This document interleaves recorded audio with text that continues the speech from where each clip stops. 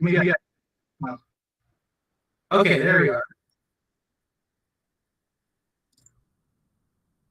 Maybe well, okay, there we are.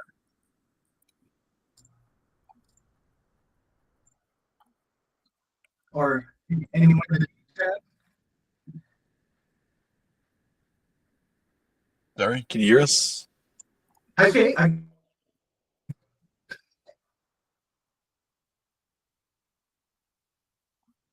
why am I in this twice? It's probably Very messing with the interesting. other. But yeah, I believe the stream is all up.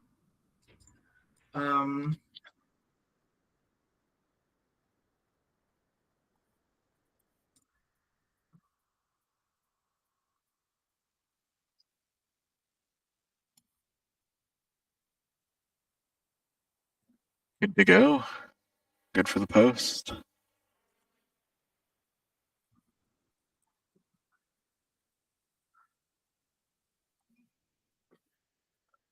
Yeah, I think it's coming through on stream as well.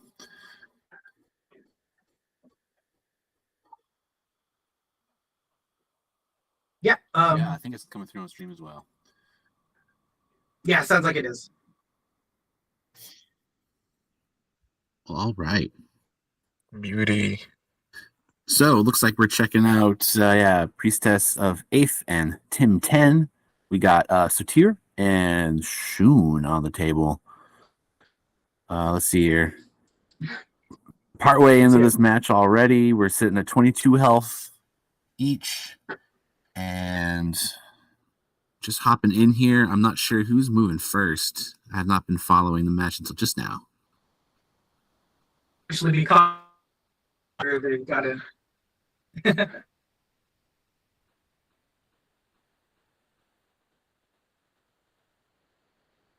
All right. So Shun takes a step, is taking a step up and dropping a lava rider behind him. Good defensive position there.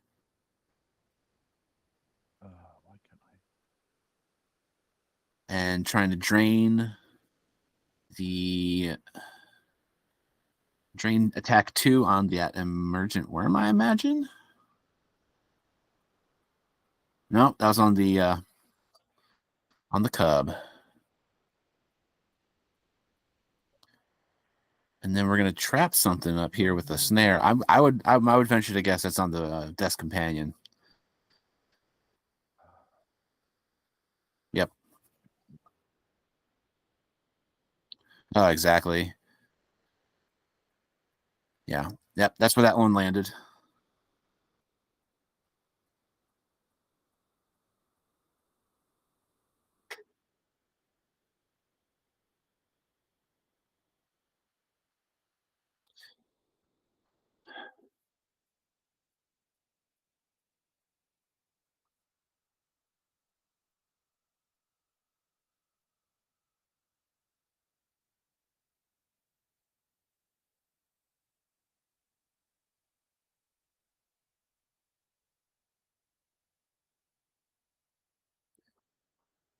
Yeah.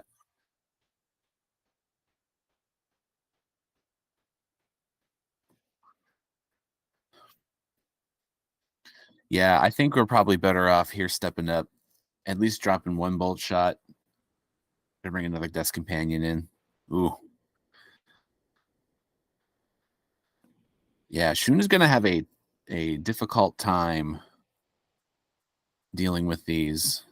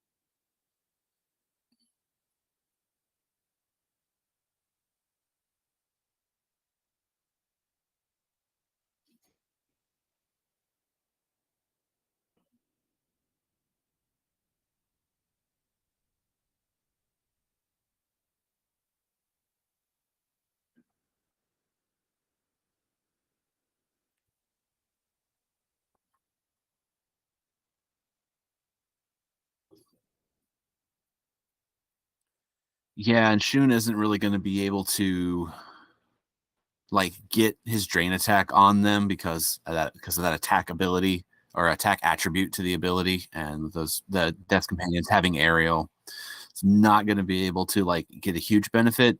I think if he eats a hearty soup though, he's probably thinking it's, I mean, that ends up being 4 for the turn, and taking care of both of those is going to help corral in a little bit.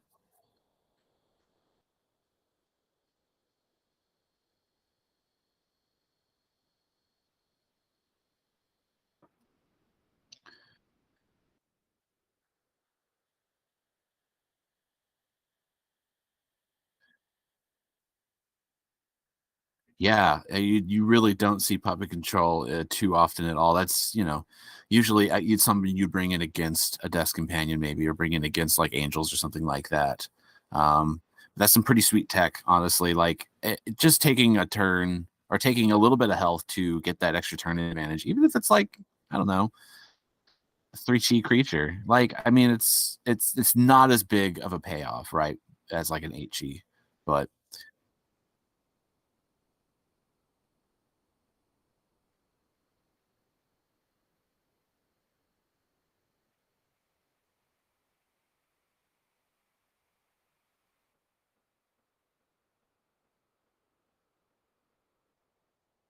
right. Yeah, because puppet control is only sitting at 6. Exactly.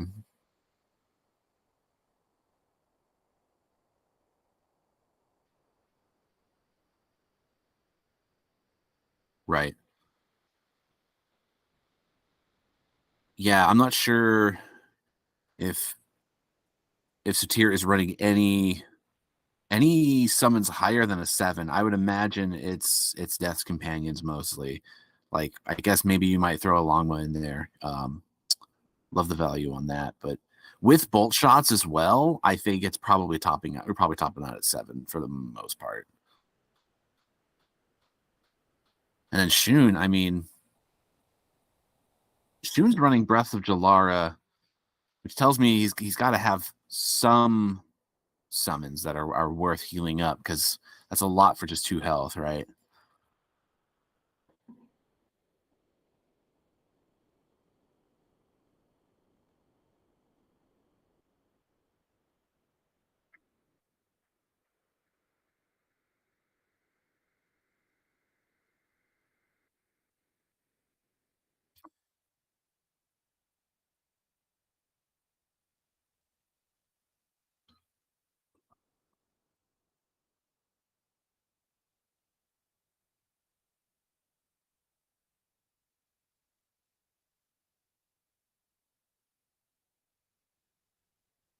Yeah, exactly.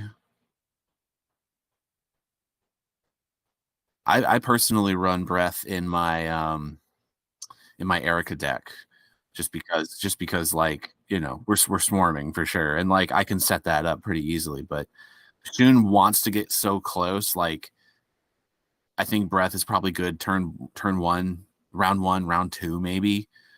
But then yeah, like when you got flyers just like closing the gap like that, you're pretty reluctant to help to want to play it.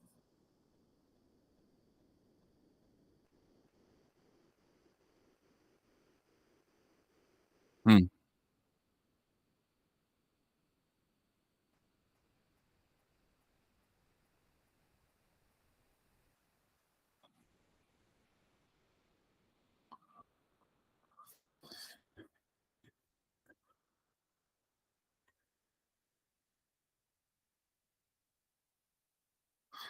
Maybe if it was, that was a while ago. Um, yeah. Okay, yeah. I probably ran some Erica heals. Yeah, she it's interesting, like, because if you want to run a bunch of heals for Erica, right? Like, she has the resources to do it. She can put out enough creatures to make it so that like you have good targets, and she needs that heal like herself. Even with like, I think the plus champion update that we've got for this particular tournament, 20 health is still pretty squishy. Shun's looking at 20 health and everything, right? So, but Yeah, so like at a certain point, like if you draw like 2 healing fires and a breath of Jalara, it's like, I mean, you could like make one, Bauhu, and that looks like that was also the end of the game there. It looks like it went to Satir. Yeah.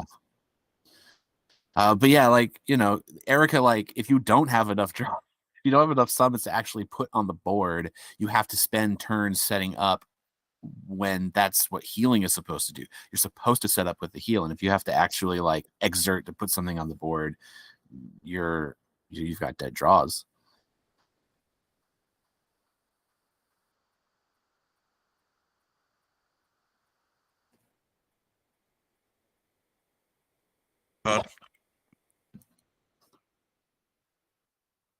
Hello, hello. Hey, you're the only one who's coming through on the stream. Or no, Cloud's the only one that's coming through on the stream. Oh, right on. Dang.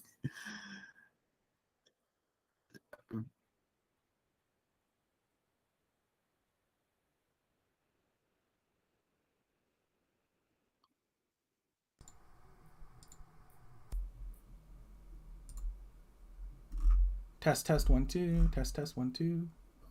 Check.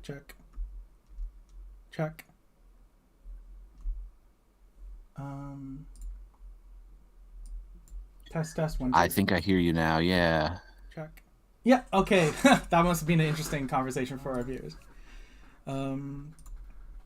Okay. I feel that I'm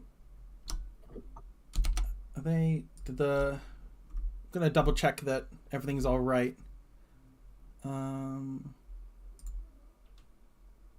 Hello. Hey, you guys are still boarding? Just want to make sure that the link hasn't changed on us. Oh, yeah, we are boarding. Okay, Is it cool, still cool. Electric Bird? Yeah, it still looks good. But yeah, just want to make sure that you guys hadn't started and it was, So yeah, no worries. Oh, no, it's not. It was awesome. So this Is is the new link. top 8 best of 1? No. It's still a best of 3. 60-minute timer, all that. Oh, Okay. but I thought you wanted a new Cool. link for spectating. Right, so we'll get another chance to see if Shun can overtake the Right? I mean, effectively the swarm sorry? of Yes, summons no? here. Gosh, Yes, I mean, yeah. Dust Companion is yeah, just to be never safe, fun to I deal think. with. Okay, I sent a new link. Looks like we are about to start. Where's high jump? Oh, shoot. Oh, just give me, Ariel. Oh, until end of turn? Definitely an uphill battle for the Shun. Okay. End of round. All right. Would you like to play first or draw? Or would you like to Yeah, play I first or think play even second? if Satir was Okay. running like Inferno Crawlers instead, Shun would at least have targets to drain. You know what I mean? But at this point, it's he needs his rain of arrows like every time. Take it away. Basically, he needs to have a couple of those in hand.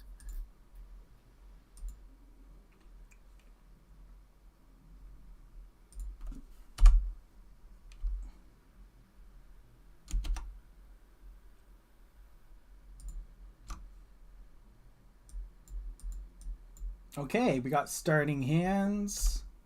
We've got the board looking correct without little borders there.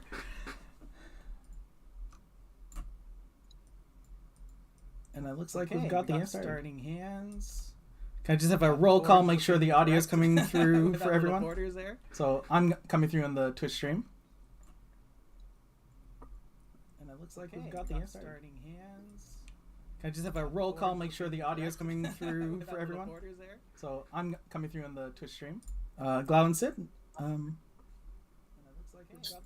you Oh, guys hey, hear me? yeah. Okay, yeah, there we go. Perfect. Oh. Yeah, there's a new link. Sorry, if you want to check. Thank you. Yeah, I was like, oh, they hey, haven't moved yeah. yet. Okay, yeah, there we go. Perfect. Oh. All right. All right, gonna mute the Twitch stream so I'm not hearing myself with a 10-second delay coming through my own ears. Okay. Okay, so yeah, we're just here in, I guess, just at the end of round 1 for Shun. So Shun electing to go first. And we're getting an aggressive start here. Makes sense. Because, Satir is going to be having lots of summons come out. We got a rain of arrows and a rain of arrows and a diving juke. Yeah, make sure I'm not. Okay, yeah, I'm not in the. Okay, nice. I didn't just announce Tim's hand to 8th. Just making sure I wasn't still in chat. No, everything's great.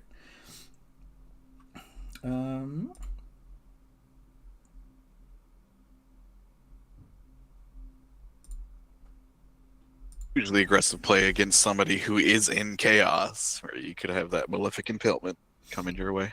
Yeah, I think it makes sense, right? Like Satir, they're higher density summons because they want to get that trigger going. So I think you gotta with your starting hand the way it is. I think you gotta put them off it, and then just try and go, and hope for the best. Oh wow, an Archon of Vigor off of the reinforcement trigger. Yeah. That is a card you don't see terribly often, but it's a pretty good option here. I mean, that's another one. Like, it's going to heal you up. It's going to deal 4 Swift. And more 7 Chi summons here. So, yeah, I don't think we're going to see any Longmas or Inferno Crawlers from the Satir player.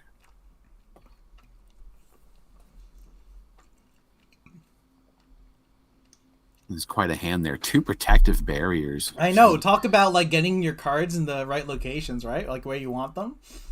Yeah.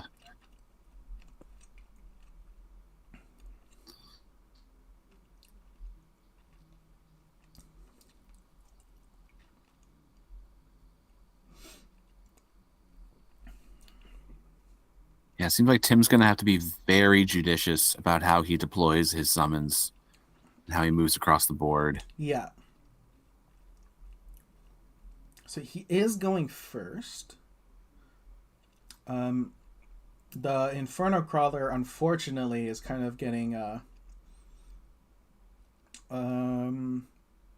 it can move to go straight for that Archon. It's Archon's the only target for that. Yeah. Trigger move.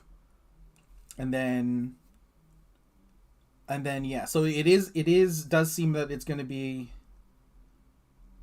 Oh, interesting. Oh, Shun. Okay, so Tim elected Shun to go first and just kind of stay where they were. To activate and just eat a snack. Yeah. And then Archon comes up, and then. So this does allow the Inferno Crawler to get, I guess, a free hit on the Archon, but the Archon's already, I think, just 8th is just not giving up, but is prioritizing these Death's Companions. So it's let's get all this stuff on the side. I know how it's gonna go. The Archon's made at this point. Yeah, you need to get that Inferno Crawler did when you're playing. If you're 8th right now, protect those Death's Companions. Yeah, and we see the movement block.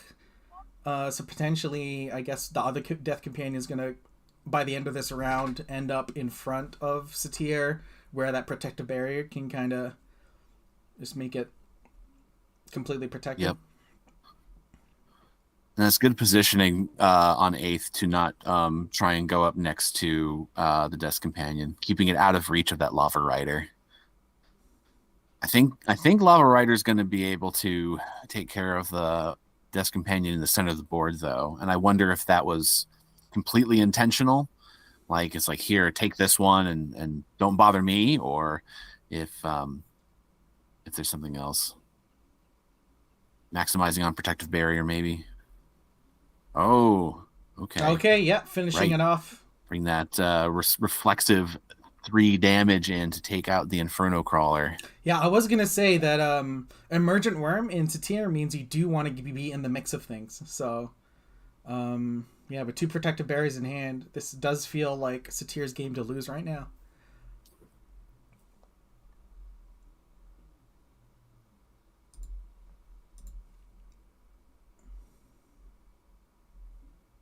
Yeah, a little why not. I hit it, so why not? Off the top for Satir. Fire Cub. And then so I mean I've got to see, we'll see a protective barrier coming down. Yep. Absolutely.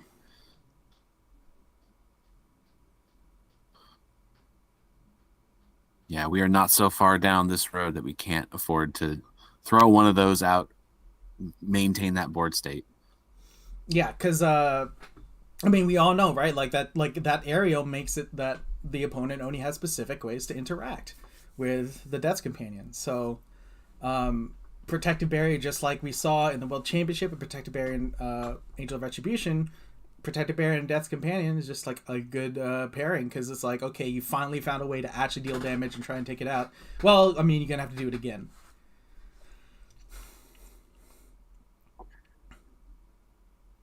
That is a rough time here. Yeah. So Rain of Arrow, I'm wondering if... Yeah, honestly, I think at this point, lining up a Rain of Arrows... I mean, heck, I would step forward. Yeah. Personally, I would step forward just to maximize that. You could even get the drain in on the Cub. Well, I mean, I don't know. You'd end up taking 7... You'd be taking 10 damage, though, but you'd clear the board. 8th has a huge Archon of Vigor play right now that they could do. Yeah. Obviously, the protective barriers are going to save both the Death Companions. But yeah, you're thinking just move to the side and pump everything by... Yeah, that's... Gosh, that's adding how much? 1, 2, 3, 4, 5, 6... Probably 6 health to the board with that, if they go for that Archon of Vigor play. Trying to go to phase. Might have been a misplay here, because you know that Satyr is protected already. Aha. That's true. Yes. And he's... Protective maybe they've barrier. rewound? No. Yeah. I don't think they rewound. He moved back. It looks like he moved back. Yeah, it might have been less reround and like, do I go here? Do I go here? So just kind of like a friendly... Here's a reminder, I am protected from this. Yeah. I don't think you want to do that. You've got 1 Inferno Crawl and 1 Diving Juke. How do you get out?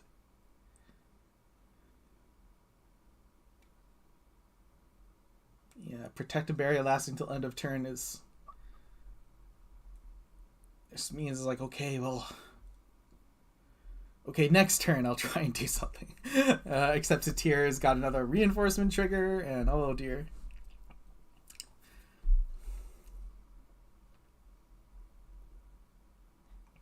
Oh, what happened there? Yeah, so it looks like they, that's kind of what happened. They were probably the reminder, like, oh yeah, I am protected, and went ahead and decided to go through with playing it, but take out 1 Death's Companion plus the Cub. And you got a Cackling Scavenger. Oh man, that's just kind of some insult to injury right here. I tell you what. Yeah, well, I mean, at least it doesn't hit Shun, because it is only summons. But, yeah, the fear aura on that is not going to mess with Shun's attacks, but yeah, 5 damage is pretty nasty. Be looking at going to 6 at the end of the next round if he isn't able to deal. Oh. And we got another Emergent Worm coming down.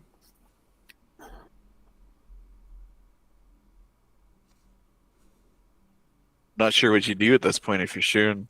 Like you're looking at your hand, you don't have much to deal with the Death Companions other than avoiding them for like a turn. It's ouch.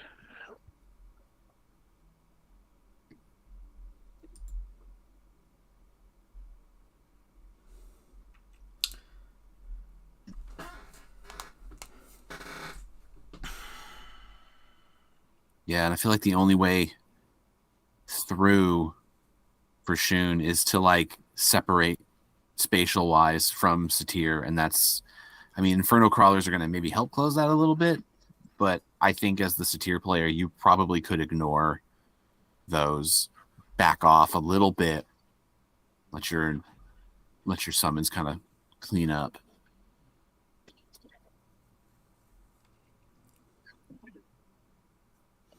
Yeah, I think so. Tim electing just to go for what he can do here. And then, hoping that next round will be better. It is a tough spot. Absolutely.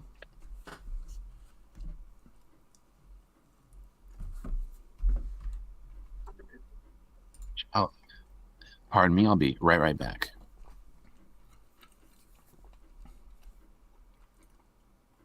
Eighth coming out of the woodwork as the game to beat.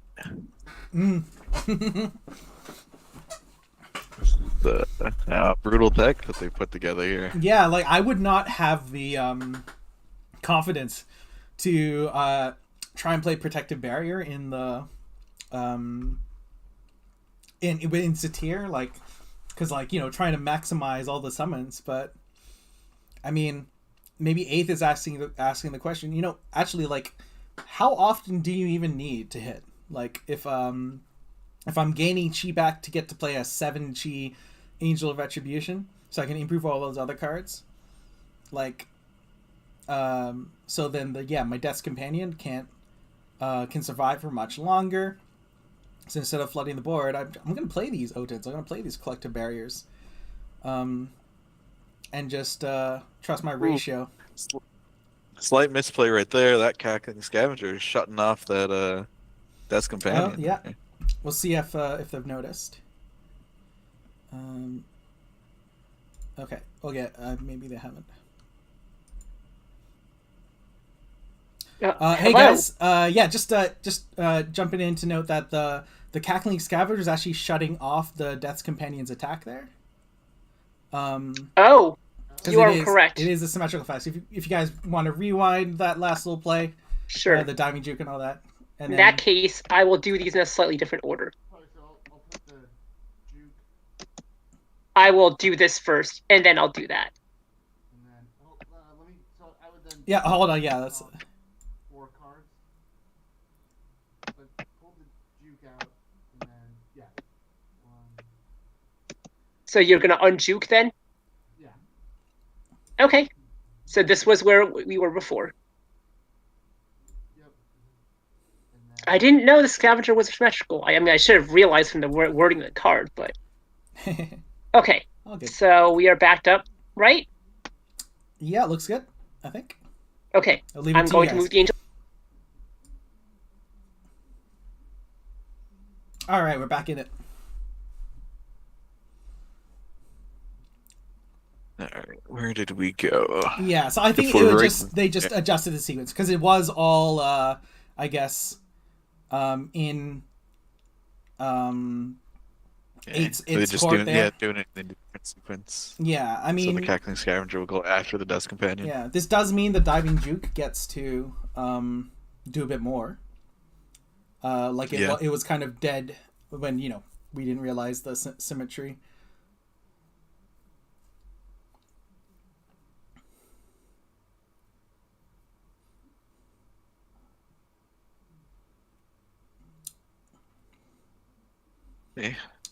Trading there. Yeah, trading 5.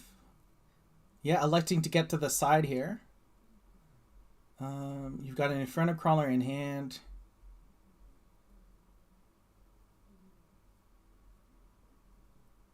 Now we'll see Cackling Scavenger shutting off 2 Emergent Worms worth of... okay, oh yeah, rotate, of course. Okay. Damaging on that Scavenger.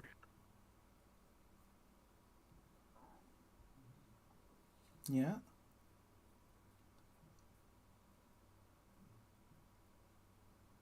So let's see. Trigger, move, and a rotate. So Inferno Crawler. I mean, Tim's, not in a good spot, but just looking at the next turn. Like, none of those worms are going to hit him. So we get to activate our Inferno Crawler first. And it can actually get to you behind Satyr and hit them. But, where do we go from there, right? Like, plus the cackling scavenger is a bit of a nuisance right now. Yeah. Yeah, as You a need to spot this shut. oh, Shut and of everything course off. another Death's Companion. Keep coming. Yeah, Ouch. and of course, yeah, Breath of Jalara. Unfortunately, as we mentioned, not the best against when your opponent is playing probably a lot more summons than you, and then trying to flood the board as Satyr wants to do. Hopefully, with starting with that Infernal Crawler is that you have dashes at the start of your turn. That Oh, scavenger's just right, clean yeah, it up. never mind. Right, yeah, I completely forgot. Right, dashes for summons are triggers, not immediate. So yeah, that line doesn't even work. So that is unfortunate. No. Is that even a thing you worry about at this point if you're a Satyr? Sure. No, I think it's a tier. You're so far ahead on resources. Like I guess admittedly they're the same on aura, but your board state is like if we're using the same amount of aura, unless like something goes horrifically wrong, this is a good position because it's specific answers that people will need to deal with those death companions.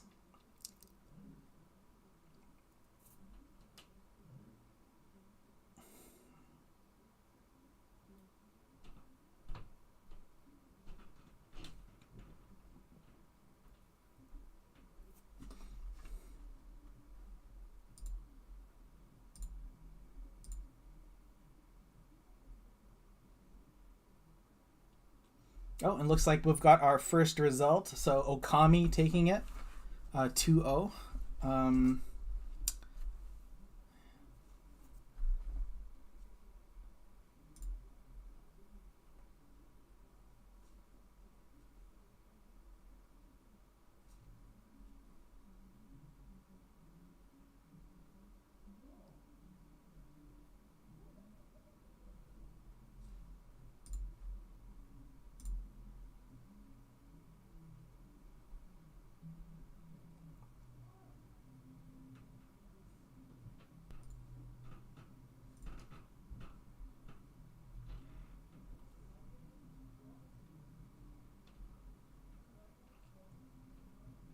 Yeah, I think Tim just throwing in a towel. So yeah, it is what it is. Cool. I think forgot about the cackling scavenger's Having side the awareness. side there. awareness, yeah. I think Tim just Being able to just a respond 5. Okay, let's see. We got Alderon and Demand still going. So do I have a for them going? Oh no. Okay, I'm gonna pop and ask them for a new link, I guess. Your turn first. Hey guys, could we get a new link? Hey. Oh, yeah, I'll post it. Sorry, I keep forgetting. On my bad. It's all good. And yeah, I guess no one asked for it, so 26 minutes left in the round. The thing is it doesn't always switch either. Yeah, it doesn't always switch. Yeah. So. Maybe if you go to your forethoughts or something. I don't know. Cool. All right, thank you so much. I don't know. I'll leave it you guys seems random to it. because sometimes it doesn't.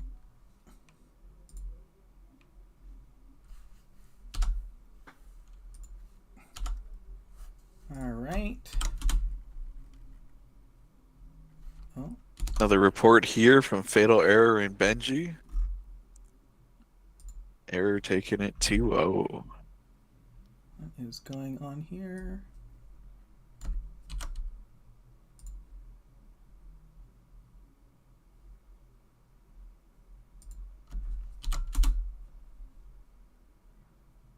Okay, I think we're getting it now. There we go.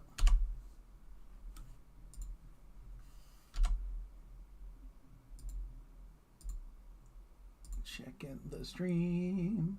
Yeah, looks good. Perfect. All right, we're back in. Another cackling scavenger on board. Yeah, looks good. Perfect. All right, we're back in. Another cackling scavenger on board.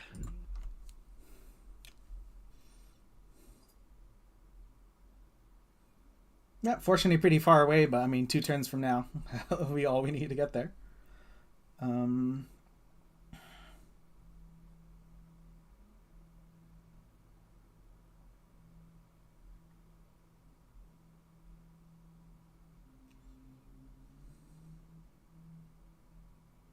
Electing for the drain attack here, I guess, makes sense. Yeah. Like, kind of playing to not lose when you're ahead, which is always good. It's a interesting debate there, right? Do you want the extra damage? But the drain is a 4 health swing rather than the fire attack, which is a 3 health swing.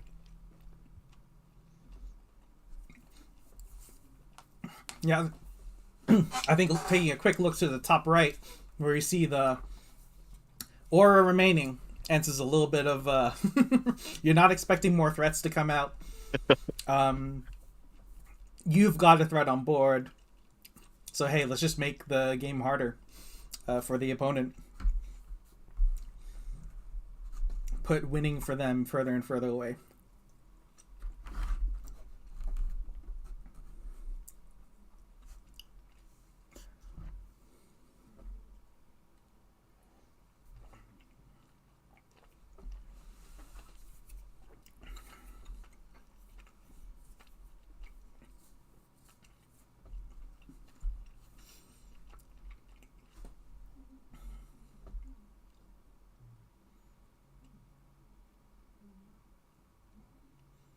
Mm-hmm.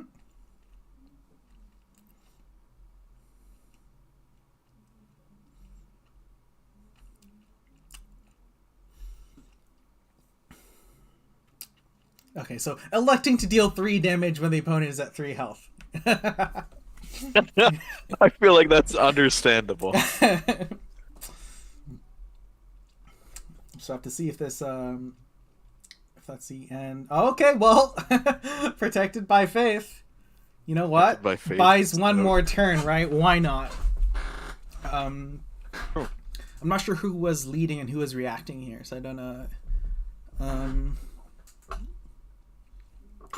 If Feng gets the chance.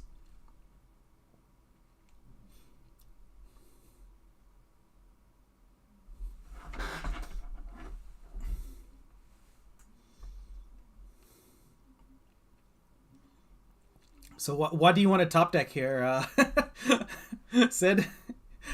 As Feng, what gets you out of this? Ooh, that's nice. Oh jeez. Ain't that the rub? That's the answer. What do you do? That sucks. I'm not sure what the actual play is. You got 1 health against the 22 health Shun. You have 2 summons in hand. Enough aura to only play one of them. You just go out swinging, I guess. Yeah.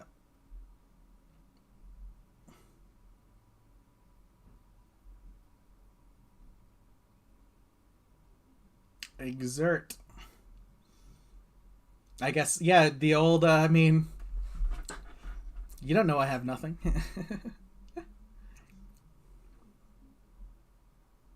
Do it. Is that? Is he gonna do it? Oh, Yeah, I think this might be the I'm gonna take the moral victory. Unfortunately, No. oh no, he didn't go for it because I was like Alderaan could even be like Ajna Tiger in response. Oh wait, no, he couldn't. No, I didn't have the aura for it. That would be funny. But yeah, there we go. That's our round 1. Just gonna wrap that one up there. Yes, sirree. All right.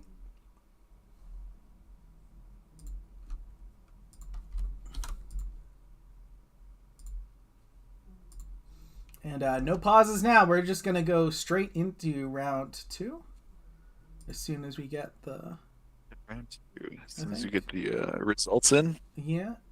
Actually, I'm not sure if... maybe they're going to game 3, actually. There's 20 minutes left. So we'll have to see what's going down.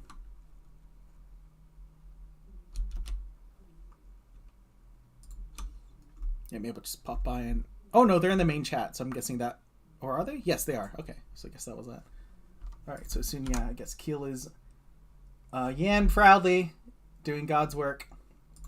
Getting the round 2 going. East.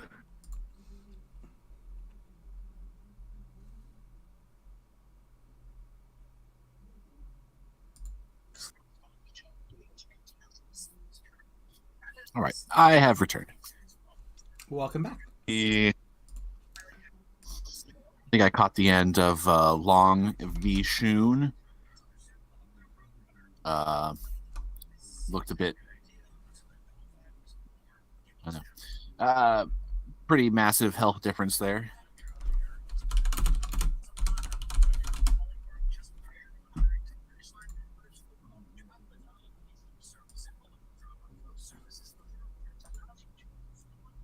Okay, so we want the winner of 1 and 8 and the winner of 4 and 5 to play each other in the next round. So let me just so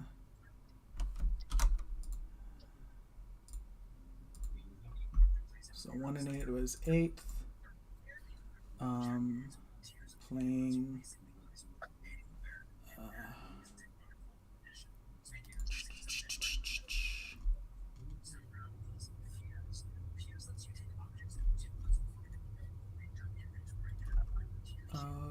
playing Okami, I believe.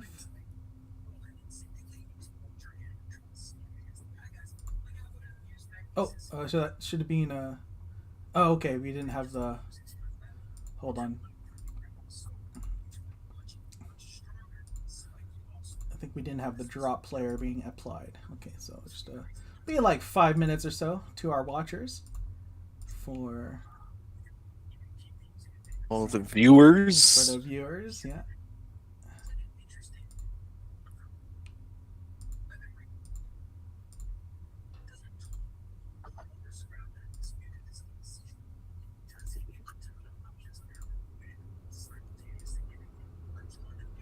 Great, which means Alderaan and Fatal Error is the other pairing. Perfect.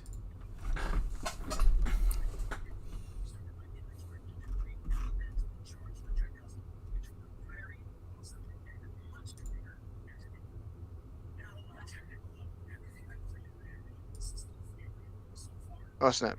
I'm back. What did I miss? Cool. I mean, we're ready to start round 2, I think. So yeah, this was a single elimination. So, so the first round is done. We're doing the second round in a sec. So. Okay, came back just in time. Yeah, no, perfect timing. So,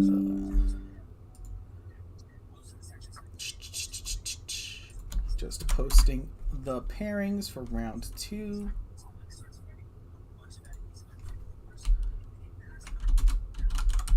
I believe that is, yeah, we have the winner of 1 and 8 and the winner of 4 and 5 playing each other. Yeah. Cool. You're doing a single elimination, or? Yeah, single elimination. And then standings will calculate who, like, what the positions are, or should be for 4th through 8th. Or 5th through 8th, rather. Oh, you're not having them face each other? No. Sorry, yeah. Sorry if that wasn't clear. This is single elimination. You've just saved the kingdom pretty recently. Okay. And then, like, the castle starts flying, coming into the air, and everyone's like, oh no, oh no. All right, go for it, guys. Well done. It's maybe like, you know, a decade later. I don't know exactly how they're going to do it, but could be 20 minutes.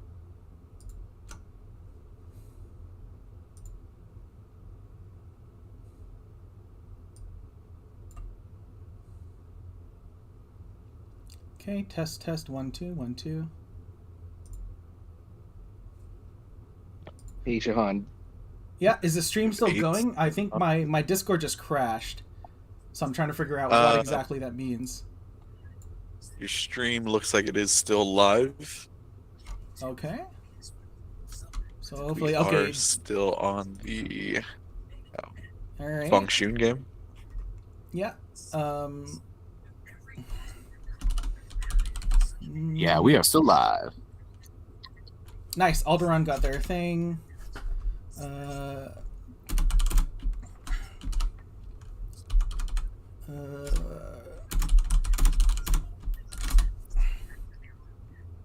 Hope we can get the top table. top seed match. If they see it, perfect. Wham, bam, bam. Too fast. Beauty. All right, update over here. Hit F11. Iblis in the top 4. Iblis in the top 4. Really facing Satir though.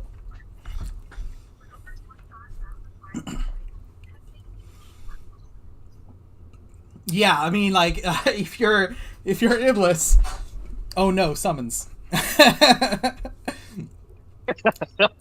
This is what you'd want to see at the top 2s here. Yeah, I specifically requested to not play against summons. Excuse me, Judge.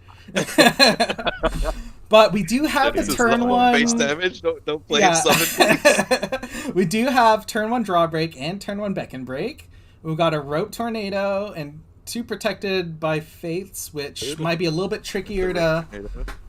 I mean, how does like protected by faith? I got to feel that's a little bit more difficult to use against the summon match. Like, would you say, Sitting Low? That starter turn stack is really brutal when when you're out of position.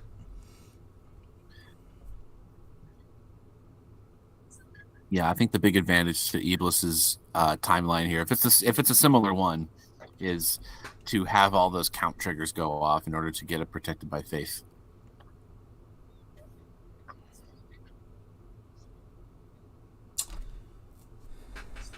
Same colors. I had a Kasha deck that was using Halchasm for that. Interesting. So is that because each chasm makes its own? Yeah, they all add to the stack at the end of each turn, and they all stack 4. So you're always at a modify 5. Oh, that's the tech right there. Right. So, Sid, what do you think about moving right here? I think like the common thought would be, if I'm Iblis, I'm seeing that, move myself to the left to get that fire club out of the equation, so to speak, like kind of block myself. So why do you think Okami moves to the right there? I think it might be a bait to try and get in a better position for a rope tornado. Okay.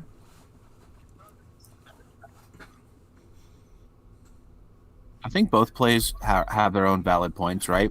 Because if Cackling Scavenger moves up and is out of position, it shuts off the fire, the cub, which you can then take out pretty easily. But I can see wanting to put some space between you and the other summons. The fire cub is not really as much of a threat as it usually is when it becomes a 1/1. That's a good point. Versus the Iblis. Yeah, it's not going to be coming in for nearly as much damage there. And we see a 7G hit off the reinforcement trigger, and then a bolt shot off the top. So just like perfectly according to plan.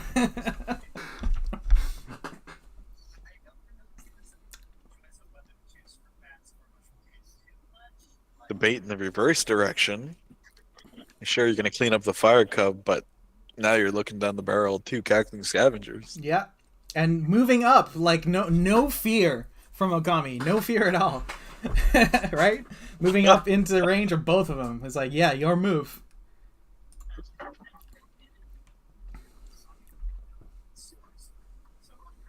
mean, at this point, it's a tier. You got to be wondering, like, are you like, what would be the reason there? What would you do this for? I mean, at this point, it's a tier. You got to be wondering, like, are you like, what would be the reason there? What would you do this for? I think as Iblis, I would take 5 in order to rope tornado both of those Cackling Scavengers away. I think I'd be willing to do that. Yeah, also because that's around that though. They get 1 Cackling Scavenger in there for 5. They hit you for 4, but now they're waiting and they don't send up the other one. Yeah, and you do have those triggers at the beginning of your turn, right? But I mean, 2 protected by faith, kind of like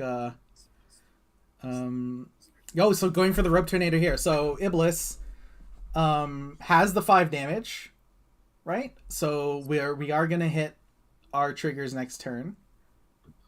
I think I would do Divine The air Blessing shield. over Protected by Faith, personally. Ooh, Air Shield. Kind of stack we build in here. We got a So air shield just to we got a save. 3 stack.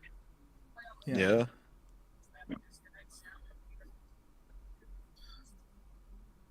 You got a lot of cards at this point. Maybe waste a Protected by Faith to get a Divine Blessing for 8. Yeah, I mean, it makes that Divine Blessing basically heal for 9.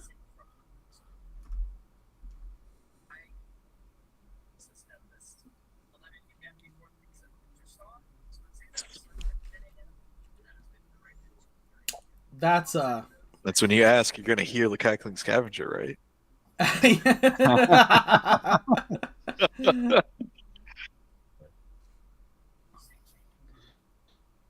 And wait, do we have a? Sorry, is that? So there's a second Divine Blessing. Is that correct?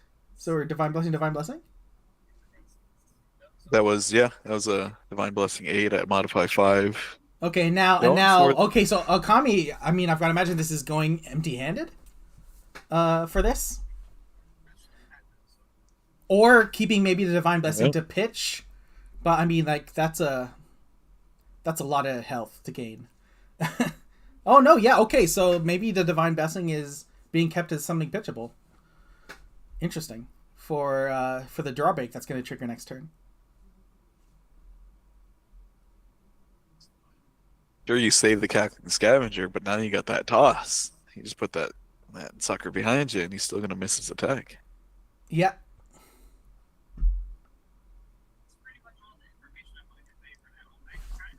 Oh, they're gonna remember the toss though. Yeah, I can duck in if need be. May, isn't it? Yeah, it is a May, so you can miss it. You can just decline. Oh, is it a May? If Idris is going, if Iblis is going first, would she wanna? Well, I would still throw it. No, yeah. No, you just put it where it can't respond because you're gonna have 2 triggers at the beginning of your turn, right? Right. So, I guess you could put it around you, so you could put it at one of the corners because if you put it behind you, Iblis can't turn around and hit it. You know what I'm saying? Because she only has action. Yeah. So I don't know if that's a totally relevant thought. So you can see Okami's head right now. now, See it on a corner, perhaps. But there's a spot where you can put it that'll avoid the damage. Yeah. Looks like they did not forget, or it was caught at just in time. Yeah. Debating. Sure, gonna take 4 next turn, but it's gonna happen after your triggers have already gone off. Some higher count there. So remind me, we've got a 1 beckon break and 1 draw break attached. That just means there's 2 triggers, right? Yeah. Oh, so wait, hold on. Did Iblis have how many counters are on those? I was assuming it was 5, but then I completely forgot about the damage prevention of Iblis, which is like, I mean, oops. No, it is fully stacked. Okay. Iblis took 4 from the Cackling Scavenger and then paid 2 for the Rope Tornado. Right. The Rope Tornado costs health. Okay, so yeah, it was all according to plan. Okay.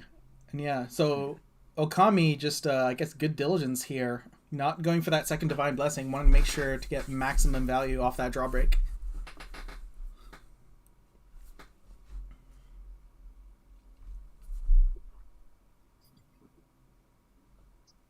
Well, so wait, we protected by faith though, at the 5th position. So does that mean the second Cackling Scavenger didn't do anything? One didn't do anything; it missed its attack anyway. But the first one already got the damage. Yeah, the first one damage was allowed, just to set up all this. Oh, okay. So there was already counters on there going into this round then, I guess. Yes. Unless the. Yep. Okay, I missed that. There we go. Right.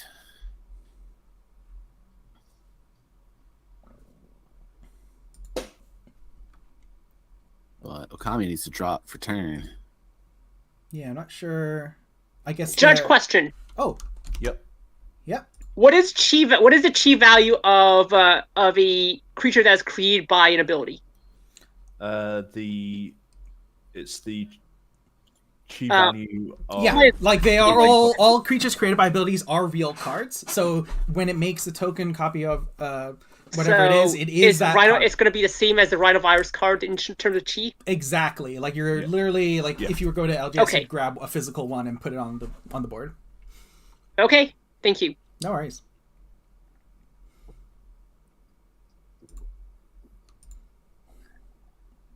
Okay, so the pause was, I guess maybe you guys caught my half of that, but the pause was the players, I guess, 8th, quite rightly, asking what the chi value of the created rhinoviruses by thing is, because, those 2 puppet controls, right? Sorry, you, Shahan, you cut out there a bit. You mind trying that one again? Oh, sure. Yeah, the pause there was just the players, or 8th confirming what the chi value is of created cards. So thinking about that rhinovirus, that's going to come down, because with 2 puppet controls in hand, want to get some value there. Okay. So wait, hold on. Is Okami draw for turn? Yeah, Okami hasn't drawn for turn, right? No, I don't believe so. We just did the draw break here. Yeah, I'll just pop in and say that. Hello. Yeah, Unless Okami, for some reason you ended the last round with just that Divine Blessing in hand, I believe. Oh, I can't believe I just said that. I'm so sorry. Bro! Anyway, sorry, you forgot to draw for turn. Is what I was trying to say. You drew for your drawback, but you did not draw for turn. Yeah. You mean that meteorite? That's correct. You should have Shahan? 3 cards after discarding. Yeah, so you ended with 1 card in... Oh, I'm so sorry. Thank you. Yeah, sorry. Thanks for the coaching, I guess. Yeah, like I told her, I'm running on 1 hour of sleep in 24 hours. So. Yeah, I actually said draw a card twice, but then I forgot to at the moment you actually got to your turn. I'm sorry. Oh, it was because I forgot because I was messing with the program. Cause I had to completely shut off the program and refresh the whole thing because it was messing up really bad. Yeah. Anyway, yeah. So 3 cards in hand after the drawback is resolved. Yeah, I appreciate it. Go ahead. I'm so sorry, but yeah. Finish up the rest of your character's turn.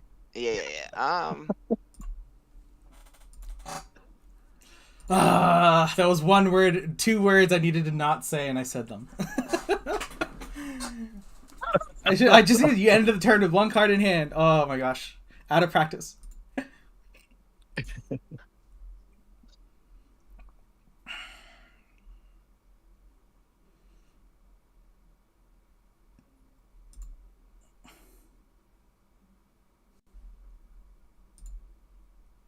Fortunately, it wasn't broadcast anywhere.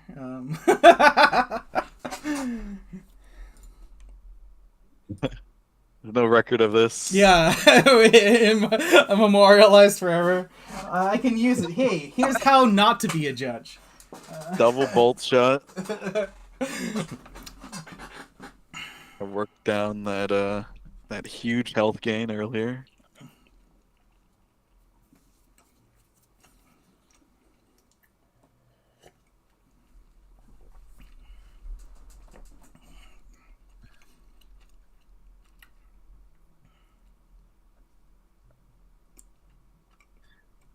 Oh, it's too bad we didn't have that other back and break on before those 2 bolt shots. That would have been pretty sweet. Yeah, I guess was I that just kind of like Death's in Companion response? is gonna still get in there. Oh well, yeah. Satir could take a turn off from attacking and stop that 2nd and 3rd back and break from stacking up. Yeah, it's interesting, but because the reduction, right? I'm sure 8th is paying attention to specifically how many counters are on each one. I will note a little bit of some solid game design, making sure that all the counters are removed. It means that you're not tracking all these, like, you only get 1 turn per break where they can have different counters, and after that they're all synced up. Which is very nice.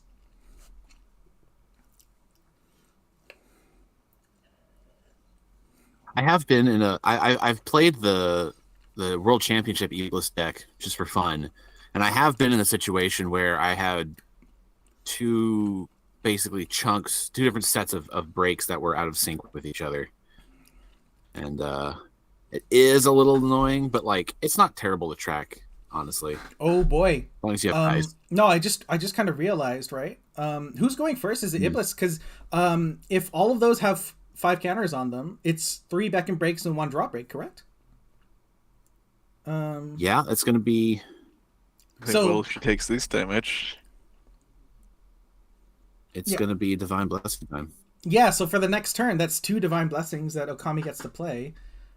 It would be the last. It'd be the last of the aura. Yeah, 10 aura. So that's like the last aura you're gonna get. Yeah, I mean, you could play. I don't know if we're running Electrical Strike or not. You could always still have some Protected by Faith, of course.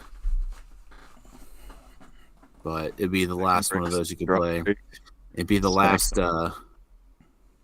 Yeah, it'd be no more Rope Tornadoes. Although I do see 3 in the memories, so I don't know how many more they have.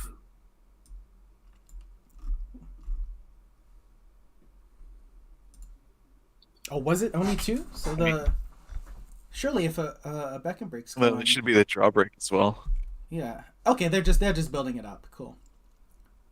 So yeah, Sid, what do you do here? Are you gonna pump those 2 Divine Blessings, gain 16 health, or are you going to like think about that drawbreak? It's tough, right? Interesting there.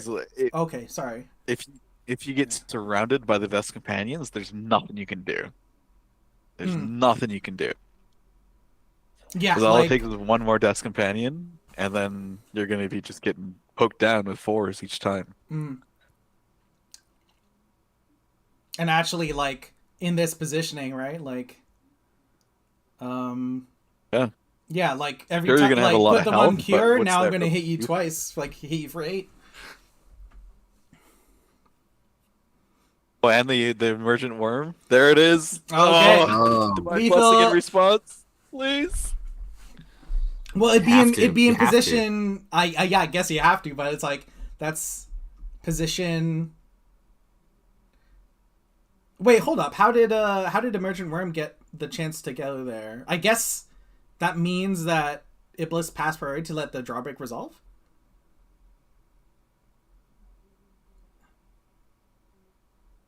Or wait, there's no way to create the stack like that, right?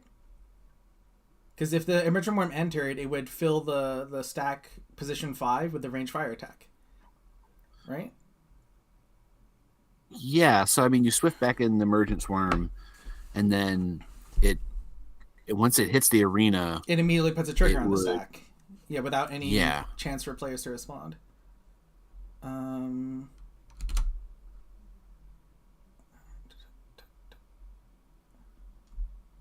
Though the counter to that is like maybe there was just like some weirdness. I don't know how the players are deciding to deal with it because like it's possible they hit the stack pretty quickly back to back. Yeah, because it's always the active player gets a choice.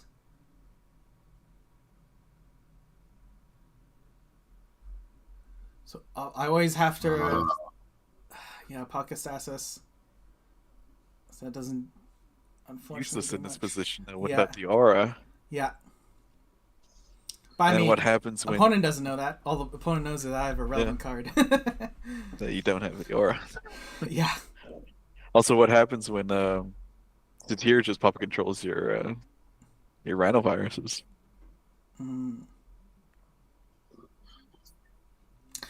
Yeah. So they can do this turn and then wrap it up for next turn. Yeah. I mean, there's really no answer for 10 damage, or 12 damage. 12 plus another 2, 14 damage. Right. With the Emergent Worm. That rhinovirus can't respond to the Pain Imp.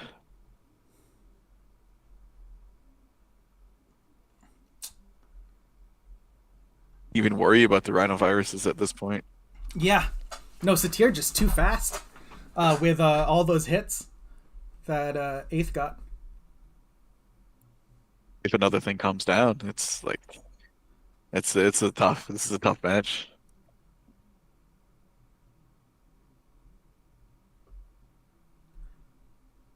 Plus, I believe all the breaks are going to trigger again. So,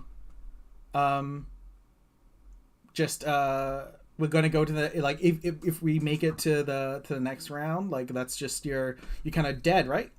Because the start of your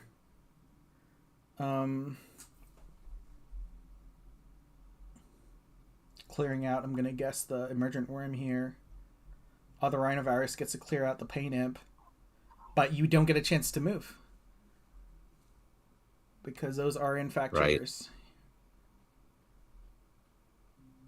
So you're staring down for 12, staring down exactly lethal, correct? Like, oh yeah, even without the. Oh wait, what happened there? Okay, sorry, yeah, the pain imp gets to activate next after Iblis. Yeah, then rhinovirus clears it out, but that's 12. That's Xaxes, on the stack at the beginning of next round, if I'm not mistaken. More than Xaxes with the pain imp cast.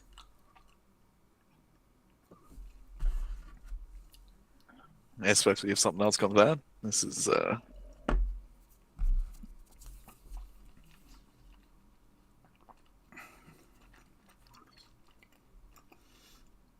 point, do you play with what you got, or do you try and continue pushing the advantage by taking those rhinoviruses? So, yeah, looks like 8th opting to grab at least one of the rhinoviruses. I think I would have backed off, but I'm very conservative. So I would have been like, okay, I'm representing lethal at the beginning of your turn. Your move. Yeah, looks like I'm guessing that was either game or we're going to game 3. The next round? Yeah. Yep, they called it. I mean, if all the rhinoviruses got in before lethal on Iblis and Satir grabs one or grabs even 2 rhinoviruses, she's still at 1 HP at the end of the day. Yeah. Right. So I guess it's on the sideboarding. Yeah. Forethoughts, as they say. Now, at this point, if you're Okami, do you challenge the judge revealing my information? The handicap for your opponent. So fortunately, I guess no appeals have been filed yet, or at the time of the mistake. So, and the base continued to play. So I'm gonna rule that everything's fine. I mean, you know, we could say neither player was saying like, "Hey, you just did a thing," and they could both get a game loss. No, no. Okami was very, very gracious about my flub there. He was like, "I'm on." Like I was unfortunately up till 5 a.m, and then so he was like, "Yeah, I'm also," or rather, he said, "Yeah, I'm on 1 hour sleep, so no worries, dude." So quite the gracious player. Yes. And I thank him for it. That's all good that we're being friends here.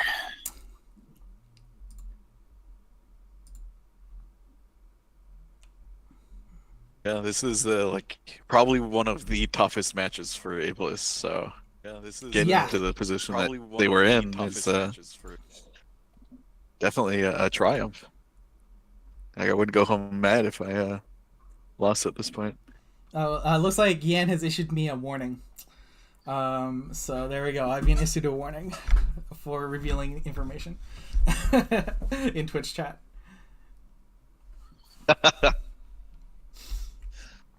Okay.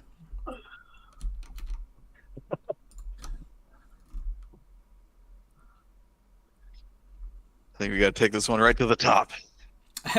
Well, I think Yan is officially the head judge for this event, so there we go. So yeah, I have been issued a warning. There we go.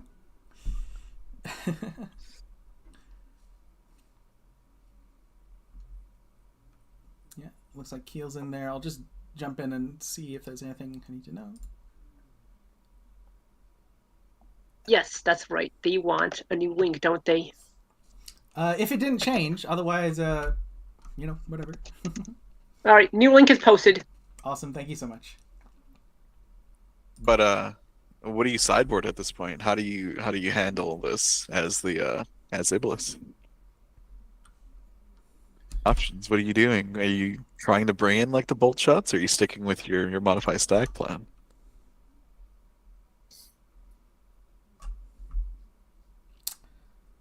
I mean, how many rope tornadoes can you really bring in, or like electrical storms, right?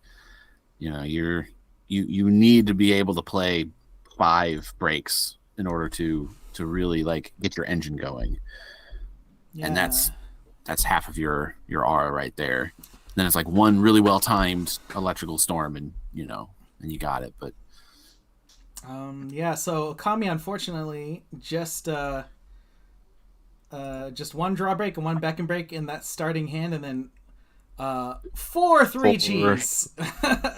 So well below, like we're what, 8 G below what our starting hand should be on average, which is a little to the heart. Fortunately, to help that drawback work, Satir is very nicely providing lots of damage sources for Iblis to deal with. Eighth being the hero that Okami didn't know they deserved. Oh my god.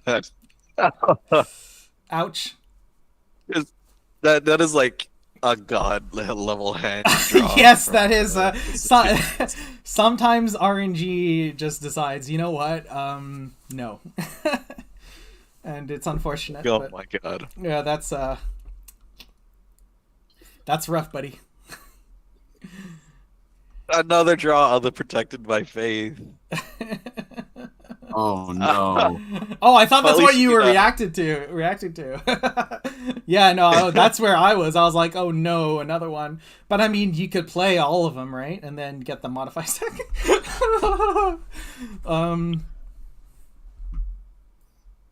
Okay, so eighth is getting ready to fly the Valkyries here, just like edging up bit by bit to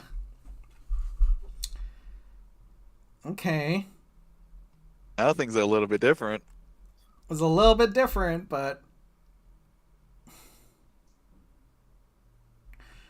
I got an uphill battle. Yeah, is there? So what's the? I mean, Sid, what are you thinking? Like, what's the best position for us to go for? Is it just double move right, just to try and cut off the most damage, or make sure we don't get pinned, rather?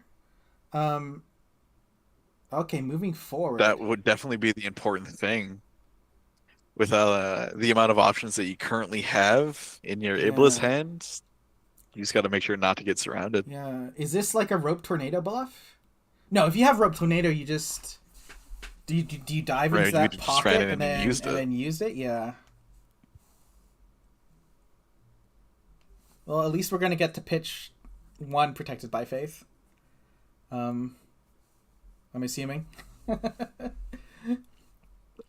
We've got 4 damage to start. Do you try and position yourself to make those cackling scavengers shut each other off and stuff like that? Like, is that even possible? I'm trying to think here. Position, no. Yeah, no. This feels scary.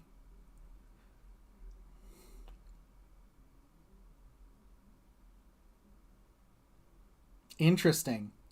Okay, so I think this looks like I like my board state. Just in case you have a rope tornado or you top deck one, I'm just gonna make sure it's not in a great position for you.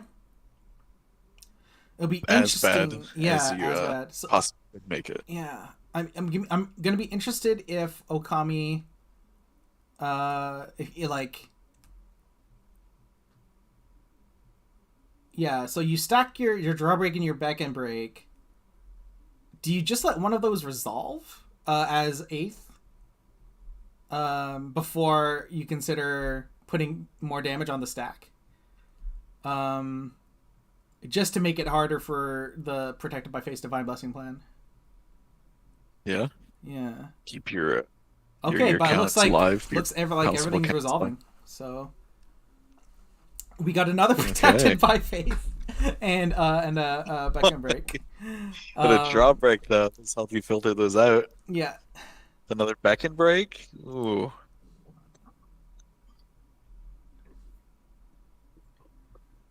Okay, so we somehow started the turn and ended the turn with 5 Protected by Faith in hand. Shuffler is rigged. Excuse me.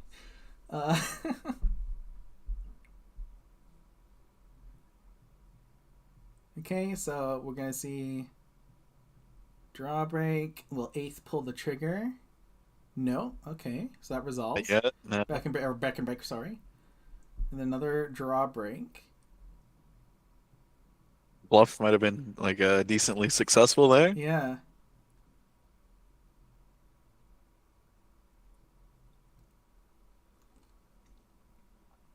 Because yeah, very like 8th is decidedly keeping that Death's Companion out of Rope Tornado and then trying to force a Rope Tornado is what this feels like to me. Like yeah, look at all these things that are coming to hit you. But you're gonna have to use one of your few cards that does deal with my Death's Companion. On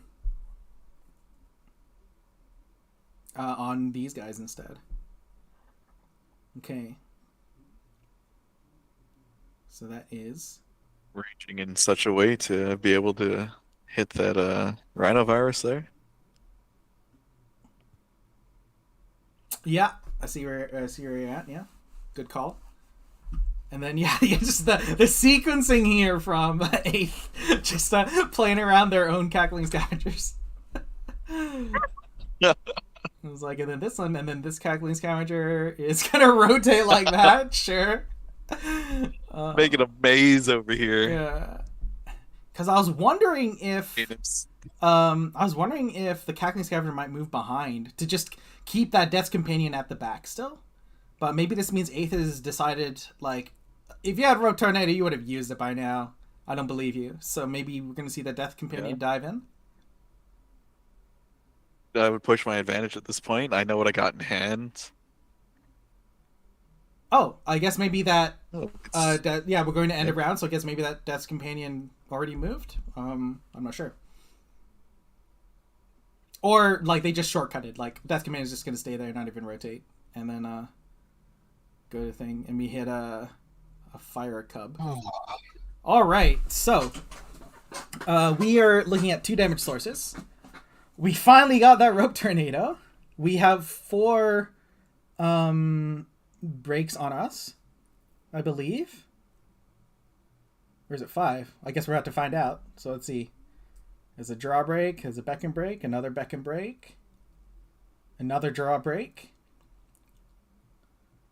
And okay, so just 4 on them. And going for the cure now.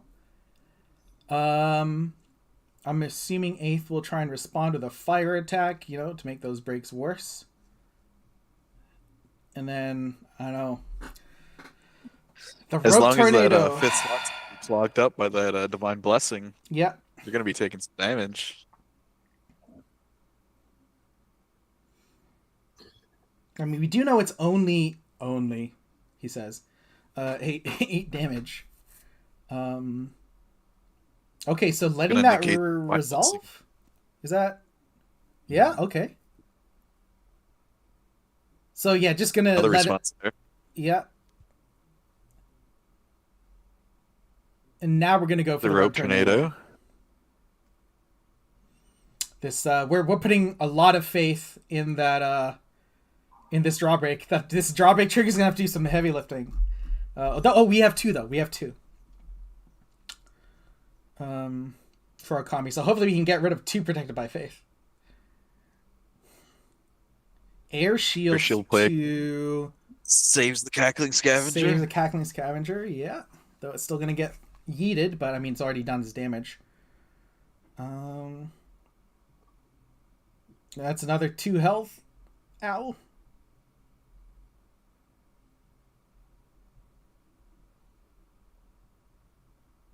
So do we see a protected scavenger in position to let everything else turn on, right? Yeah. So that sorry, okay, yeah. Yeah, so this fire attack 5 is not doing anything, right? Yeah, perfect. Okay, first draw break. Let's go. Yeah, you got to add a Protected by Faith here. Like, yeah, no, just absolutely. Because everything else is going to be coming in. Yeah, we are low resources though. But let's see. Yeah, we're down at 27. Oh my God! How? It's like questioning how many Protected by Faith are 1, 2, 3, 4. There's 4 in their memories, and then 5 in their hand. So I've got to imagine that's like all of them, right? And the rope tornado. Okay, another rope tornado. We're at 12 health. So and another beck and break, right? Okay, so we got to pitch 2 more Protected by Faiths.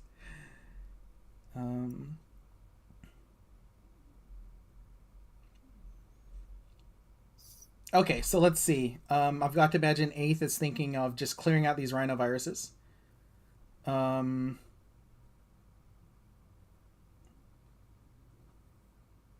pretty proficiently with your emergent worms.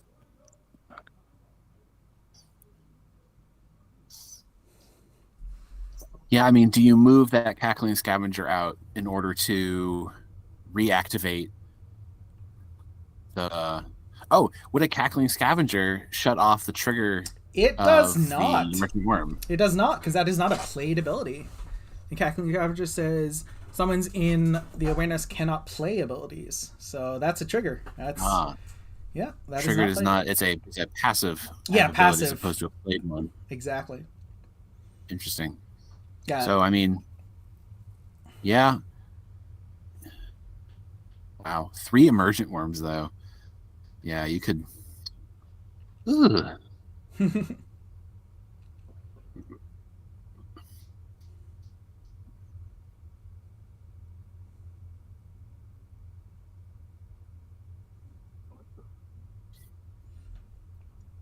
So Iblis, was it a drawbreak was not put, just a beck and break? Is that what like was that a 5th beck and break that got put?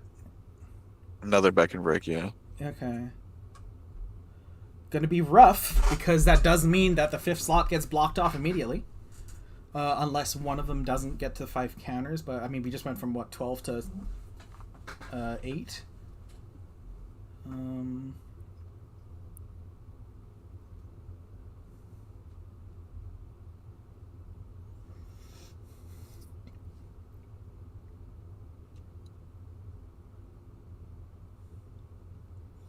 Oh, it looks like Fatal Error won their match. So the finals is going to be Germany versus, I don't know actually where Ace is based. But Germany firmly making it to the finals of both the World Championship and the FreeWill tournament. I'll let the viewers decide which tournament is more important.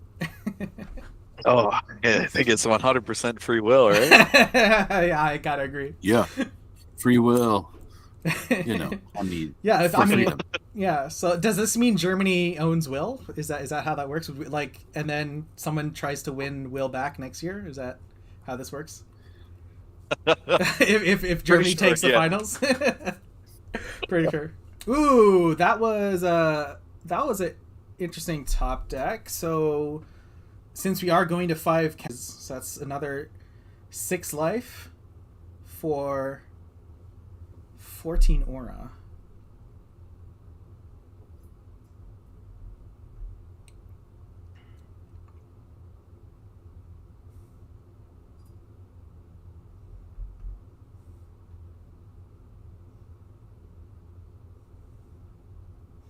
Oh, but do we even make it? Oh, geez. New rope tornado doing a lot of work here. Yeah. Absolutely. Gosh, I'm having so much trouble tracking the counters on these in my head. I mean, we'll at least get one because The fire cups are going to deal 1. The pain imp isn't going to be able to do much of anything though. But hitting that death companion is pretty major. Pretty major, yeah, agreed. 1, 2, 3. You don't take the bait. You let everything resolve at this point. Yeah, I mean, with 5 cards in hand. Again. Yeah, with the you're thinking with the triple emergent worm. You're thinking, yeah, because I guess it's like if it doesn't work, then you're playing things directly into a wrath, which is like a bold. I'm going to destroy all creatures on the board. In response, I will play more creatures. I think that was... It looks like they Okami elected to use the aura cost for Protected by Faith as opposed to the energy cost, which will put them out of reach for stasis. Yeah, so that's a double protected just to get With the 8 aura left, if this damage goes through, do you just drop out the worms and try to finish? Because you know there's no divine blessing coming. Yeah. There's no apostasis. There's nothing else on top of that, and then you just rebuild your board after it's taken down. Yeah. So what did Okami spend their last aura on? It was the Protected by Faith. Oh, the first one. I think. Okay. Yeah. Because they were at 16. Yeah, like they were at enough for the Apaka stasis. I wonder if that was right. Because like, what are they saving? What is that 8 aura? Because I don't think we're interested in playing that last draw break. That's a safe pitch. Or I guess they just wanted to have 2 Protected by Faiths up. Like they decided that instead of gaining like the 14 life, just the Protected by Faith will probably blank more. It's really tough when you're surrounded. Yeah, okay, I think we're seeing it happen then.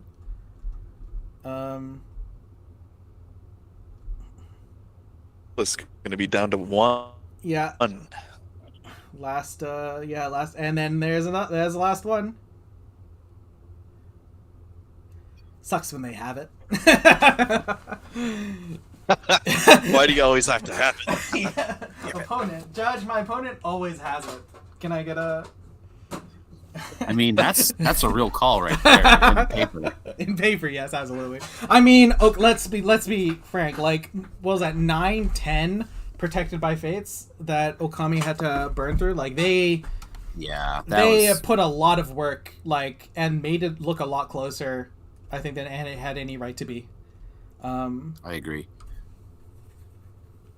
So by no means just bad plays or anything. Like they earned every point there. I mean, I think they picked really good filter targets for their draw break. It's even with putting out 3, 4 rhinoviruses on the field, it's really tough to compete with 6 and 7 chi summons at that point. Yeah, and regardless. Also when you're behind, so it's like I have to take my turn now. And you have already 4 summons on the board, so I guess my rhinoviruses are coming down. Like, I don't really have a choice. This is kind of the build.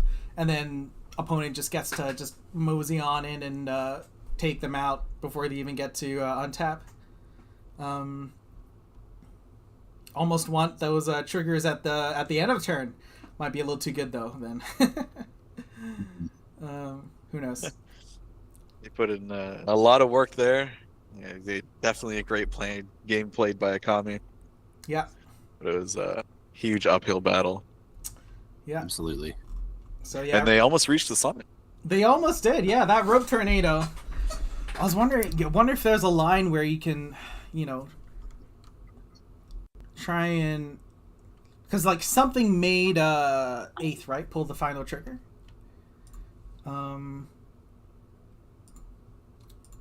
So... But look at that. We had a match and there's still 15 minutes left in the round, so... Let's go. Was it spending the aura cost on that protected by faith? Yeah.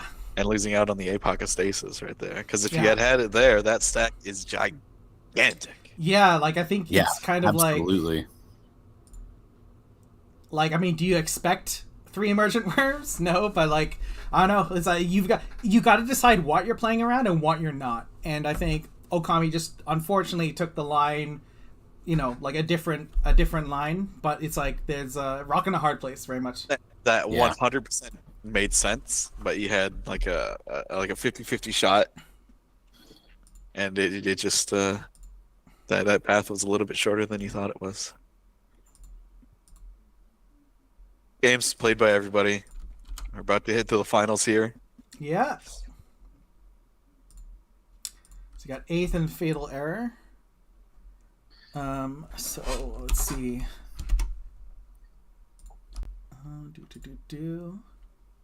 Well, y'all, I will have to tune in to those finals next time. I actually need to peace out. Thanks so much for having me on. It was really fun getting to play today, and thanks to Sid for gabbing and keeping the stream active and energized. And Shahan, thank you for helping run this tournament. Looking forward to whatever comes to the future. Yeah, absolutely. We're kind of in a little bit of a thing, but sorry. Sorry, what was that, Sid? Yeah, right on, y'all. Oh yeah, I'll have a good luck to the players in the finals. And catch y'all later. Yeah, thanks for coming out, Glow.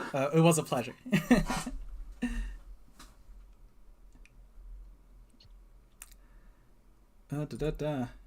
Sweet. Final. Okay. Ooh. The nerves, the jitters. the final table here. Yeah. 6:24:6. That was the last one. Okay. So I'll just brief pause. I guess grab a drink, everyone watching at home, before we get our finals going.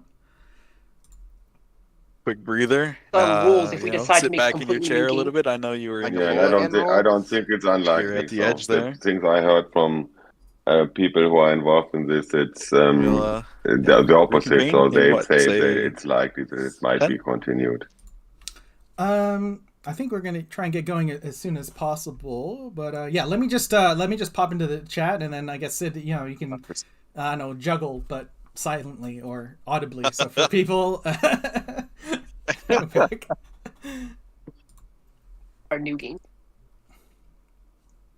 I think honestly, I think everything's fine. The only thing I would like a mulligan, and maybe like a restriction on as many cards as you could put in the deck. Yeah. You know what I mean? Yeah, that's something I could agree to. But the thing about Aura to me is just like I don't think front loading it all is a good idea.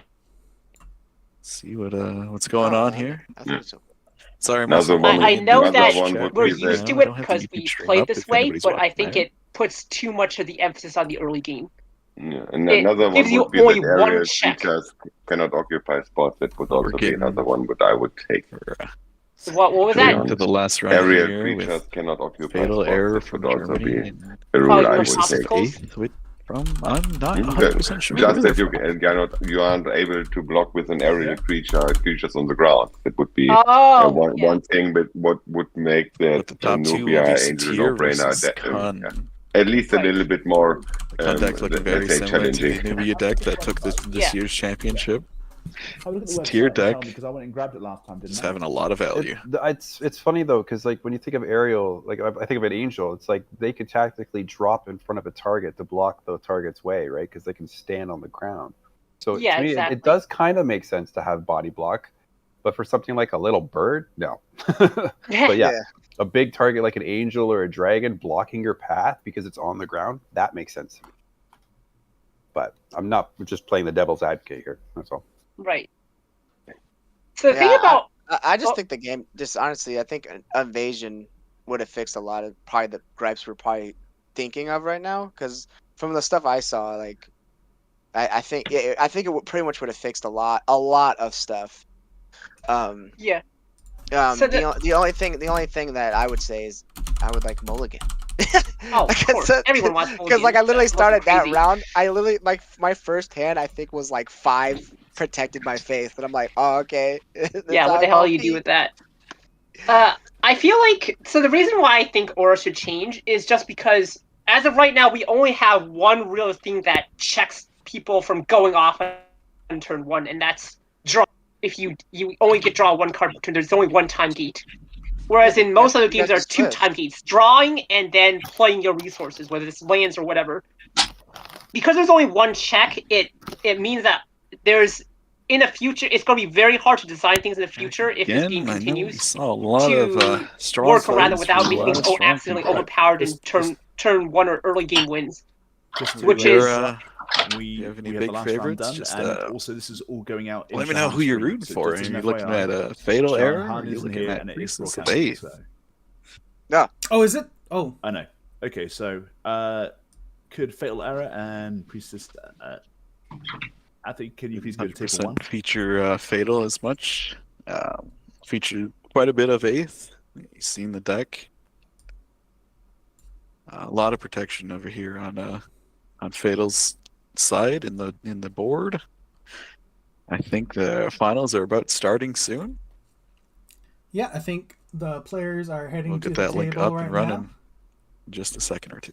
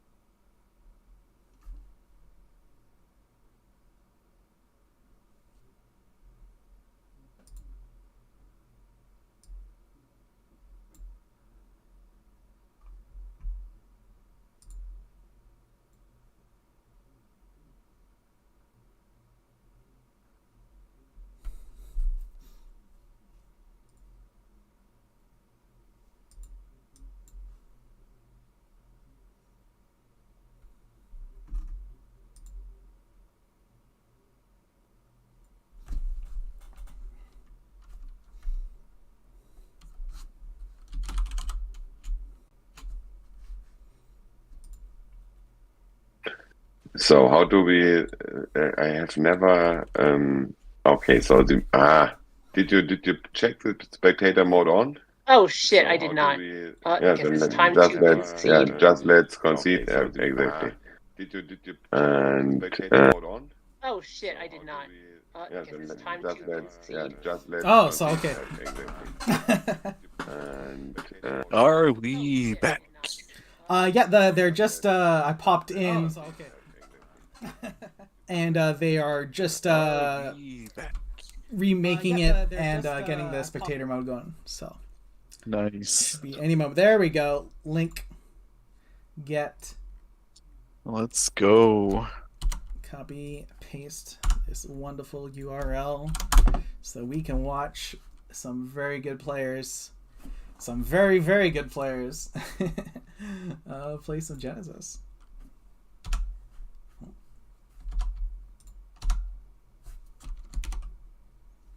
Okay.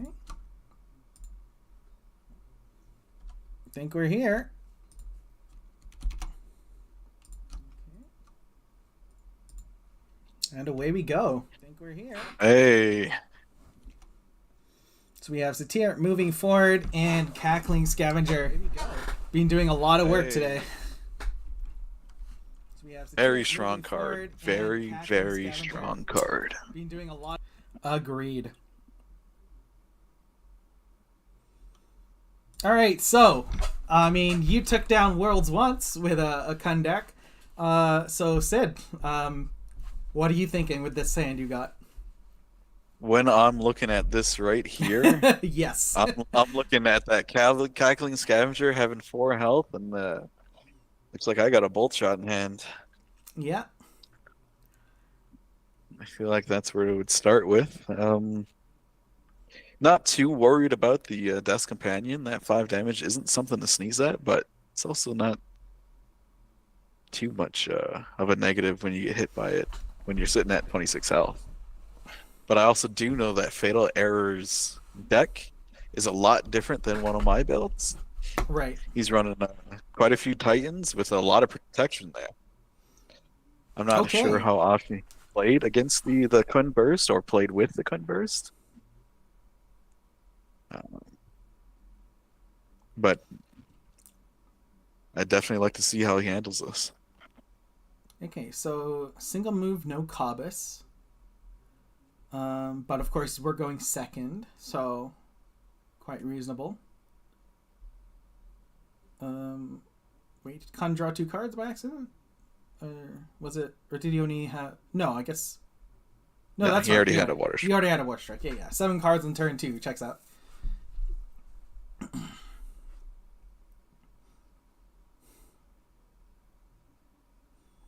Of course, the perfect is if we can get both that Cackling Scavenger and that Death's Companion with a single bull shot.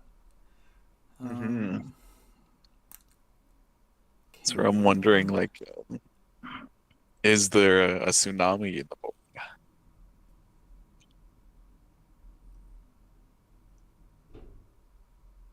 Okay, so we got the corner Cobus.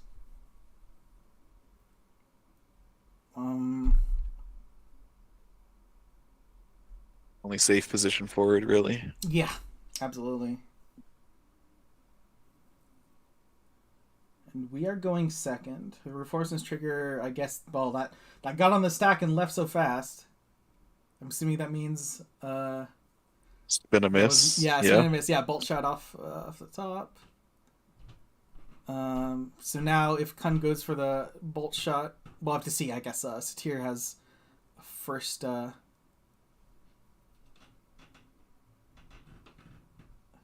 move.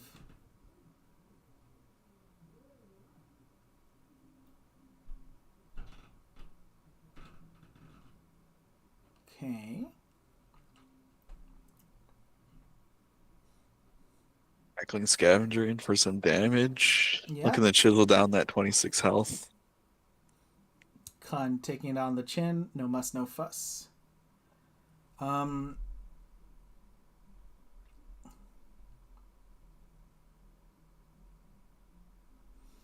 I'm wondering what do we think about those water strikes? Because I guess you'd have to stay there. Okay, so priority target getting that Death Companion off the board, so Kun just going straight for that. Very strong. Taking a turn off the board.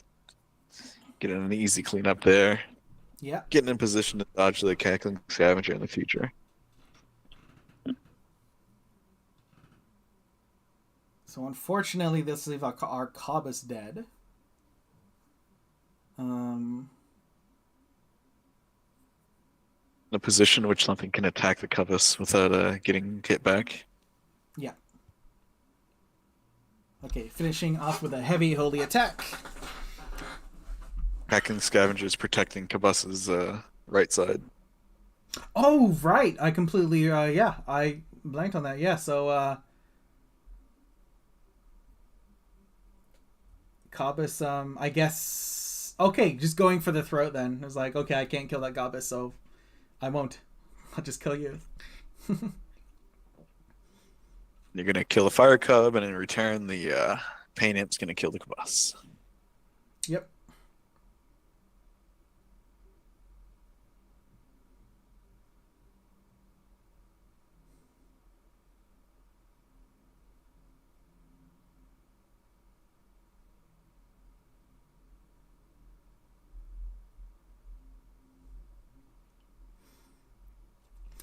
Do you know if Fatal Error is gonna have some filtering in their future, like dedicated studies or anything? Like, or are these water strikes just gonna be water strikes? Yeah, there are some definitely. There are dedicated studies in the board. Okay. But I also know that he's missing a lot of what his actual game plan is, which is the firing Krogs and the protective. Yeah. Because yeah, I'm sure would have loved to drop one now. Cackling Scavengers all on the right. Drop one to your left. Thing about the Krogs is that the Cackling Scavenger doesn't affect them whatsoever. I'm guessing even more so than the. Is it just because they're far away? I mean, like they're not actually an attack ability. The Flying Krog. They have casts. Oh man.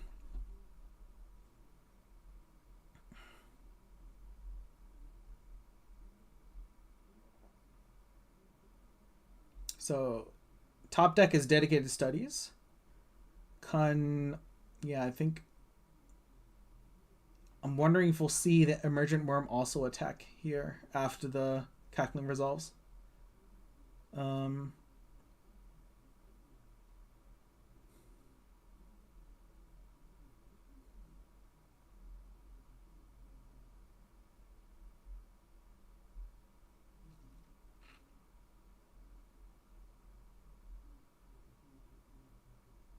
Yeah, okay. Is looking to stack up that damage. Yeah, just deny time for finding that Krog. Okay, so where do we want to go to try and...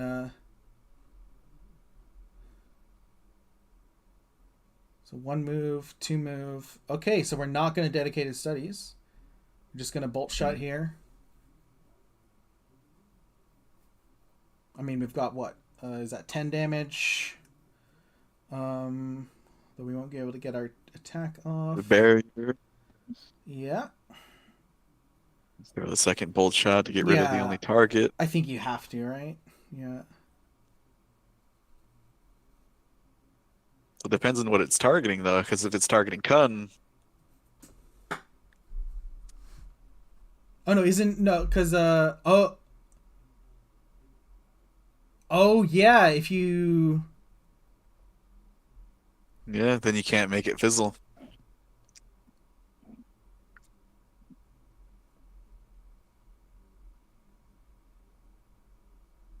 It was targeting the Emergent Worm. Okay. But we didn't elect to throw out our second bolt shot. Very interesting. Saw what he milled on those 2 bolt shots there, and didn't like what he felt there. Yeah. So not feeling the best. I mean, we've got lots of aura left and lots of cards left. But like, how do you?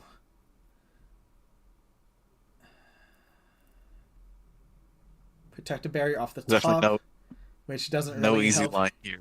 Yeah.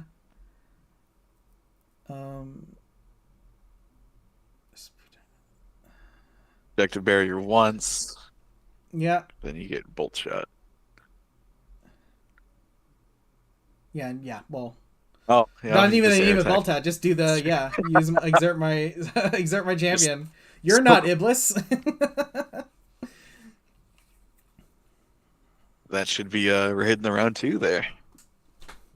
Yeah. All right.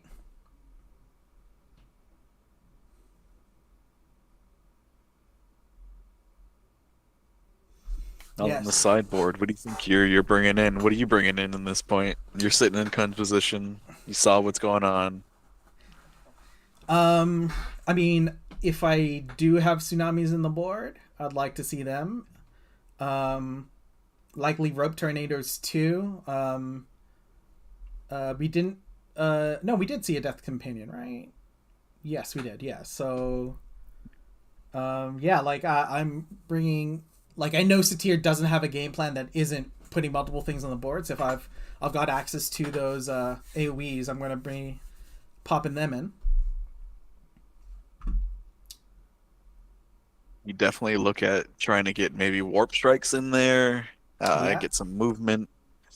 Maybe abandon the Titan game plan at this point, fully, and then just try to go for a rush down damage.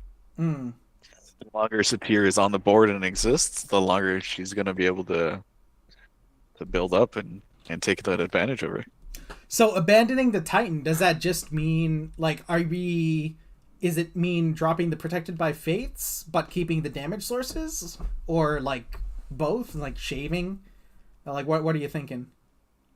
I was thinking like shaving or dropping one of them completely to change the deck right around. Is the Satyr wasn't able to see much of Kun's deck. So either game plan is not going to be exposed. And if you go to game 3 and switching back to the Titan, complete left slide, right? Like a blind side there. Yeah.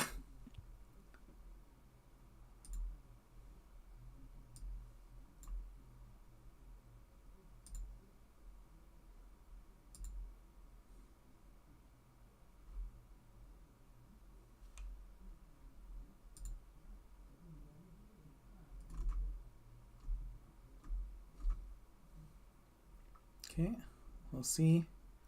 Do we need a new link? Will you post up full standings after we're done here? Yeah, I mean the top 8 will have been split from the thing, so it won't have full standings. But will you post up full? Yeah, but yeah, we'll get it. Here. Important thing that I'll need for Will is the top 8. So. Beauty. We got a new link. Fire Fungus. For those who want to, I guess, watch at home if you want. I mean, though why would you? All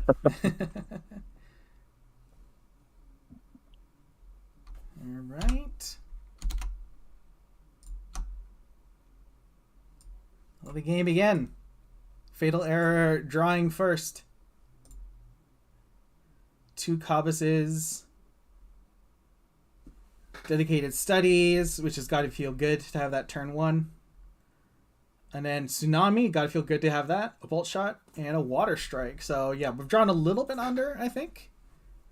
Yeah, we got. But you have enough filter options and things to get rid of. And on the dedicated other side, there. We got 2 Protective Barriers, 2 Death's Companions, or sorry, 1 Death's Companion, 1 Cackling Scavenger, 1 Pain Imp, 1 Fire Cub. So I think that's a pretty average draw, I think, for 8th.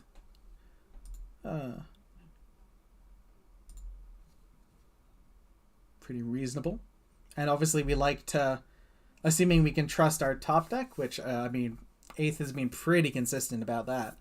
Hitting that top deck with their build for the Reinforcements trigger. So kind of going straight to the corner again. Yeah, I guess the concept is by that time. And there's a portion of it. Yeah, that's a nice one.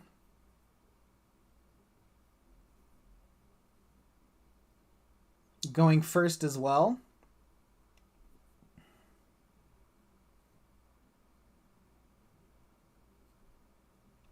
So if you're Satyr, how are you dealing with this Firing Croc coming out? Are we like 8th is okay? So 8th is going just a step forward, and then I guess drop some things and trust the top of the deck. Yeah, I mean, you got the protection. Just try and bait out at least a few of the attacks. Enough for your companion to get into the right position to take it down. Yeah.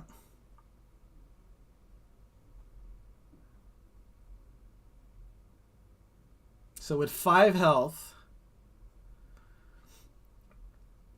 it's going to be interesting here. It's 2 Protected by Fates. Gotta feel good. Because if that Firing Cog gets into a position to attack the Death Companion, which I've got to imagine is like, oh my god, 3 protected barriers. But Kun getting another Firing Krog. Yeah. Nothing wrong with a Firing Krog.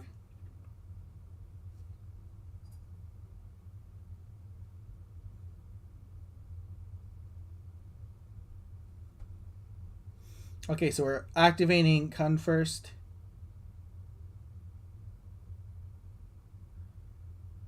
Bolt Shot.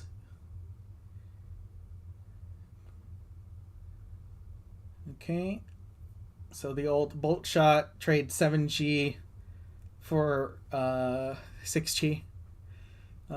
Sounds good on paper, but not probably what we want.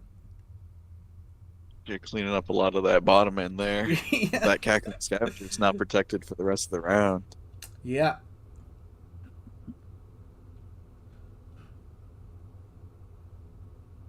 So what happened there? Was that... Okay, just moving it off just to easily kill the little dudes, and then cackling comes back. Fair enough.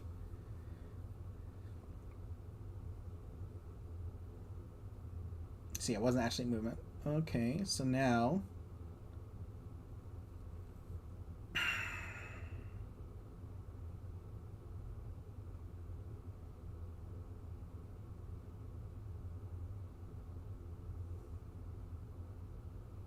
Mm-hmm.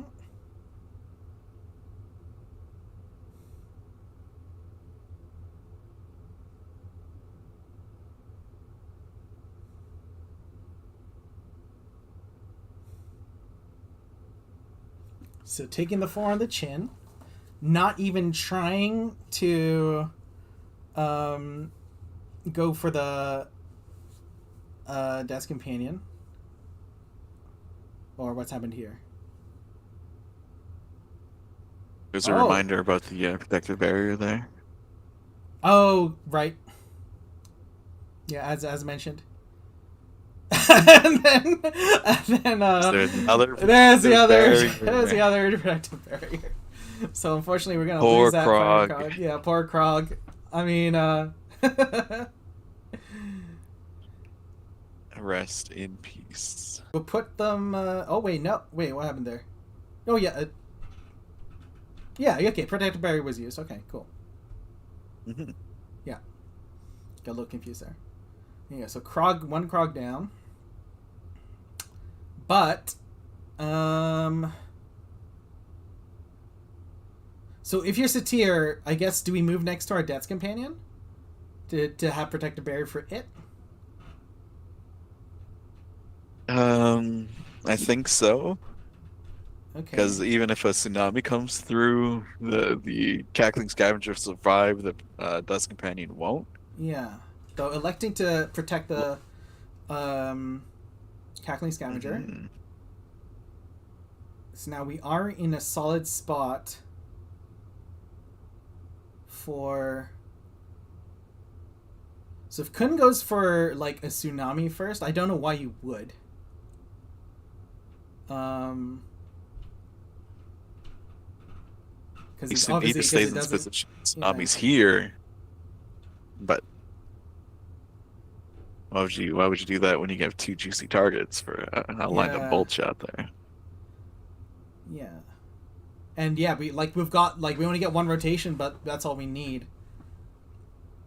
So I have to see.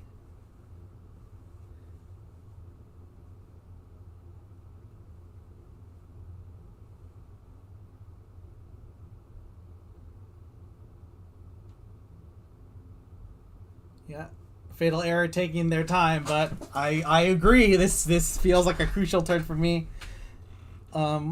Like we know that our opponent's low on resources, cards, and we've got a hand that looks really nice. But we've already seen 2 protective barriers, like a protective barrier, champion paying a little bit of aura and some health just to. Okay, so move back and tsunami. Oh. Trying to avoid the damage? Like, what are the chances they'll have another protective barrier? Yeah.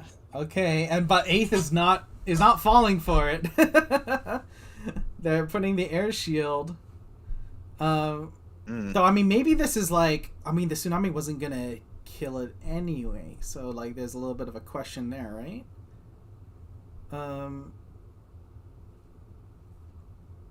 Right, so the cackling scavenger should be at 2, right? 2 health. Oh, they protected barrier protected by faith. Oh, right, because that doesn't target. Right. Okay. Or rather, it doesn't use awareness. I forgot about that. Yeah. Unbounded. Okay, so a Croc goes there. Croc is safe for now. And we're going for a Bolt Shot to Fisher off the Cackling Scavenger. Be interested to see what Eighth thinks is more important to protect here. Okay, gonna protect that Cackling Scavenger. Just wants that damage on that Firing Krog. Yeah. This turn. And that would clean it up. But is Fatal Error gonna Bolt Shot in response? It is. So what are your thoughts on that? Like, now we're putting ourselves both low on cards, but like we are against a champion that can do a very good newbie impression. And still with 58 aura remaining. It's definitely tough. You have the state on board that you want to have. Yeah. Like a Kun supported by the Firing Krogs. But you're missing out on that extra damage on anything else. Yeah. It's definitely a tough position. I would have played both Bolt Shots at that point. That my opponent doesn't have a hand, but their accessibility to a card on top and then the card draw as well. Yeah. So it looks like Eighth is going to trust the top of their deck. Just go get that 5 damage guaranteed right now. Knowing that Firing Krog's going to be in a great position to just, murder, but that's another 5 damage next turn. I think that was a miss. Ooh. Yeah, that reinforcement dissipated quickly. It's another protective barrier. Though this could end up pretty good. So if Khan activates Firing Krog first, it goes to hit the Death Companion. Death Companion responds. Okay, so no, we're not. Or are we? Okay, going here. Okay. Yeah, single rotation. Interesting. Water Strike.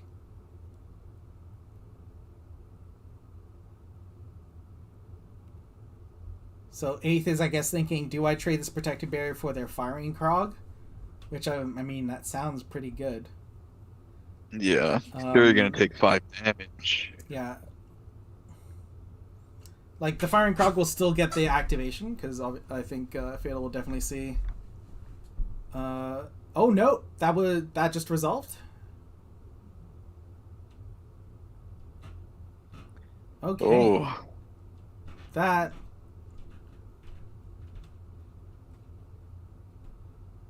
Interesting. Yeah. Oh, I think he doesn't... I think that... Yeah, that... Okay, activating now means it definitely didn't realize that Protector Barrier does both. Oh, they both didn't realize. Or maybe this is fixing the stack. Maybe it was like, oh, buy that before that resolved. Yeah, I think that was just like... It was done audibly, but stuff had got removed already. Yeah. I trust our players, yeah. Alright. Oh. Alright. I would have played the other direction at that point. Prague would have been my start. That's what I was thinking as well.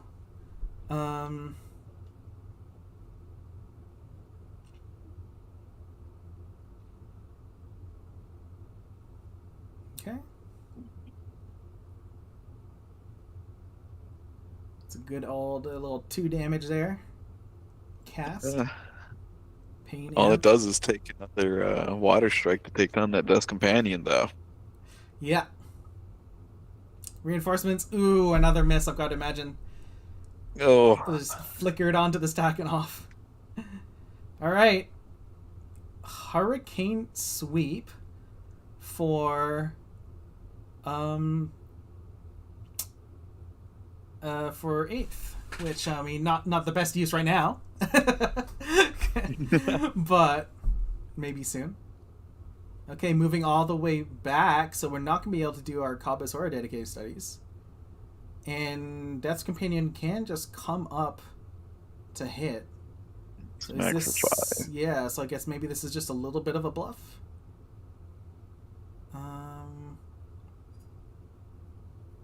Okay. Satyr, yeah, Swift, so we're one damage optimization there. Here. Yeah, yeah, absolutely. That companion would block Satyr, so we'll just get Satyr in first.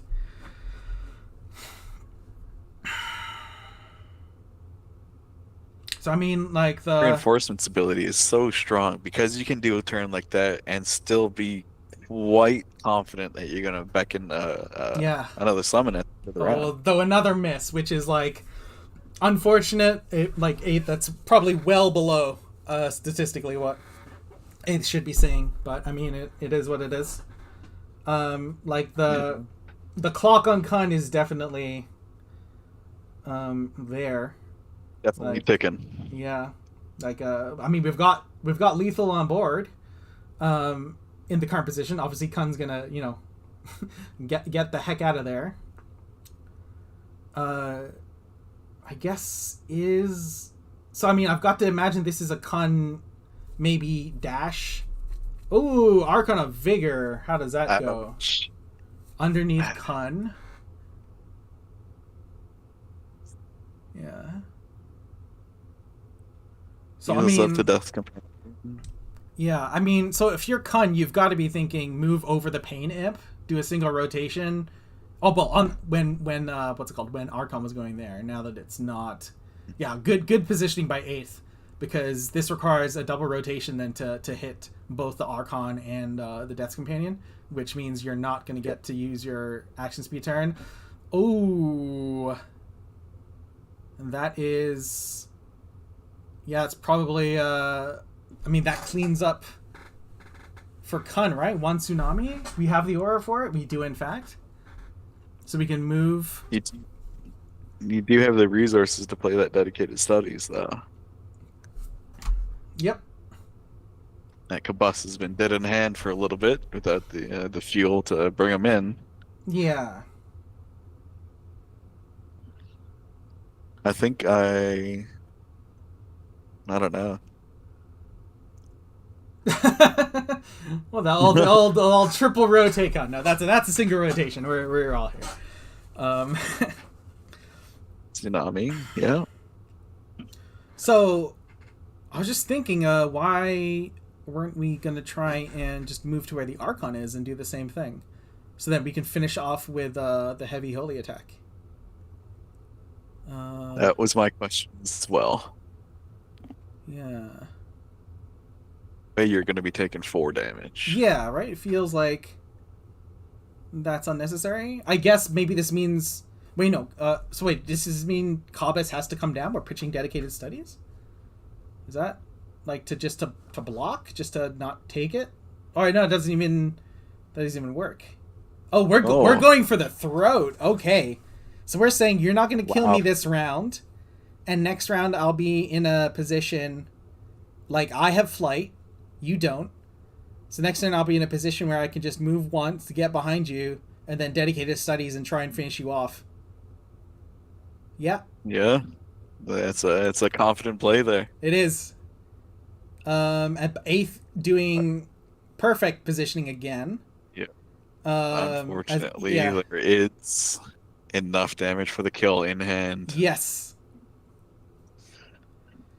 How do you predict that, though? Yeah, the Hurricane Sweep was never revealed. That was some sick play. Good job. Great plays. Yeah. By the Priestess of 8th. Let's see if I can get, if they'd like to join us for a little bit of post-match discussion. Let's see if I can... That sounds good. Where is my link? Google? Settings. More options. I would like to invite people to my meeting, Google. Please tell me how. Please let me. Add people. There we go. Or actually, let's just find the link from...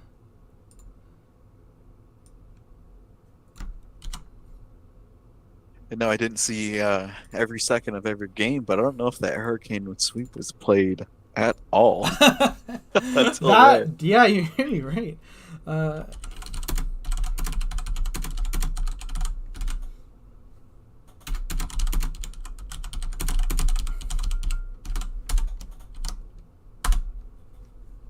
Okay, sent one to 8th.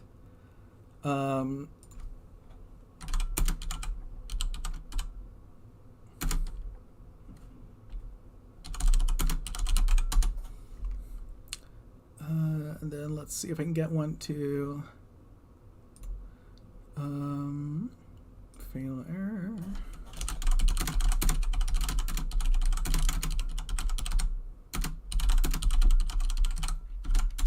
Mm-hmm.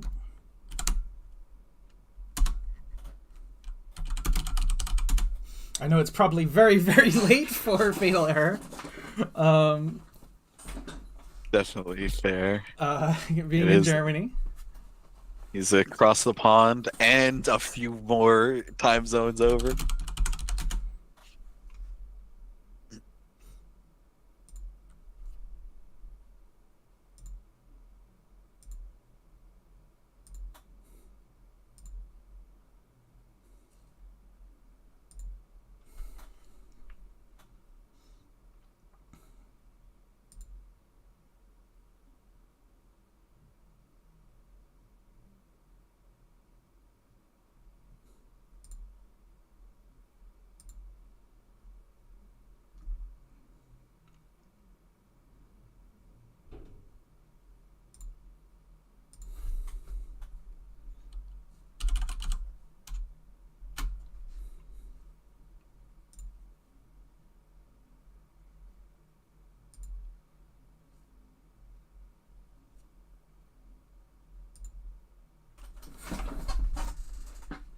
Eagerly saying.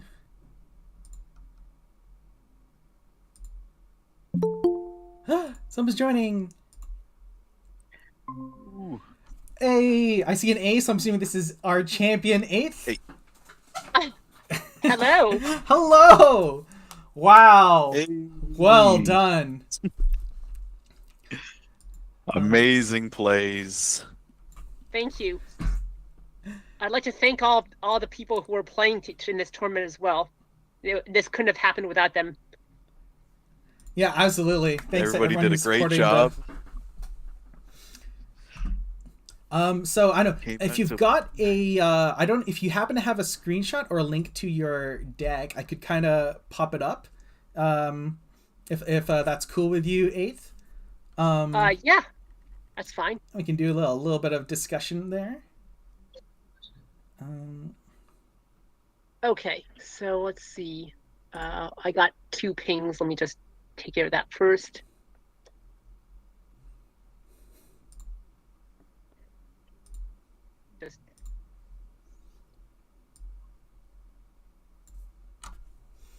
And we'll see if Fatal Error wants to go to sleep because it's some silly time in Germany, or if you'd like to join us as well. Right.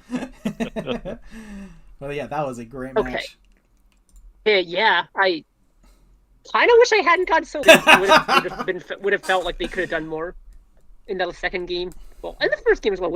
I wish they had drawn better because, like, I don't know if you saw the first games we played where it was me against Fatal Error, but when they drew their Crocs, like, I had a hard time. Yes, no, those Crocs are scary. Welcome, Fatal Error, our second place finisher. Hello. Not an embarrassing. Just talking about how your Crocs are so dangerous and how I just get sort of sweating as soon as I see one.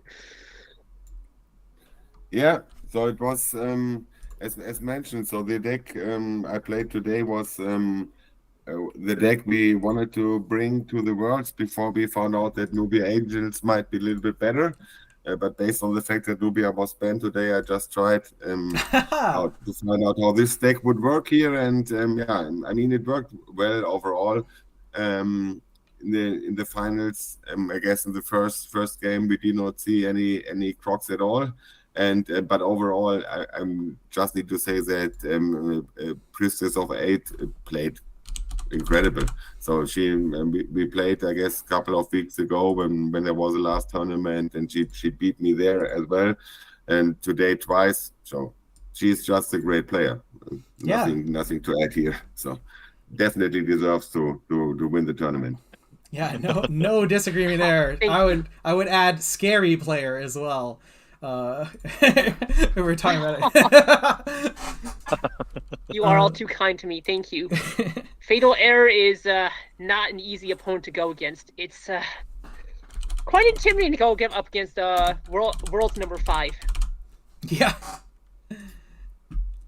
So yeah, I think in a couple of seconds, if I pull this off correctly. Great players. Everybody came out to win. Everybody put together amazing decks. Okay, that's looking a little sus, but I think, yeah, there we go. We've got. Let's remove the background there. All right, that was a bit more reasonable. So hopefully the stream now has the Satyr deck that took first, and yeah, if Fatal, I don't know how much time you have before you pass out. I don't know what time it is in Germany, but if you'd like to send me an image of your deck, I can also get that up on screen. Yeah, sure. So I mean, it's 1:30 in the morning, but anyways, I will be tired when I wake up tomorrow, so it doesn't. We're priced a couple in. Of minutes in addition do not matter at all. All right, thanks. Thanks for staying up with us, bro. Yeah, exactly. thank you. Yeah, and I mean, there's so Eighth, where are you based? Out of curiosity. I'm in the northeastern United States. Okay, so Will officially moving to the United States. Fortunately, not as far as Germany. Sorry, what? That's what I understand is whoever wins this tournament gets Will, right? That's the winner of the FreeWill gets a FareWell tournament gets the FreeWill. Oh, So we will box them up and ship them over. Oh, I'm so excited. Let's see, how's the stream looking? No, it's looking good. Yeah. Cool. So I guess we want to take us away just to give a brief, I guess, breakdown. What was the concept for the deck? Obviously, Satyr and creatures sounds like a pretty good starting point. But what were you thinking when you put this together, Eighth? Oh, when I made this deck? Yeah. So I originally made an air-focused Satyr, so I had a bunch of Ahayams and I think at first I had air strikes, but then I swapped them out for Hawajins, and let me just pull the deck up. I can just post a deck or to the previous deck I had to. I guess I'll DM it to you. Oh sure. It was Ahayams. It did have the worms just before, because to me that's the direct damage substitute when you have to play creatures.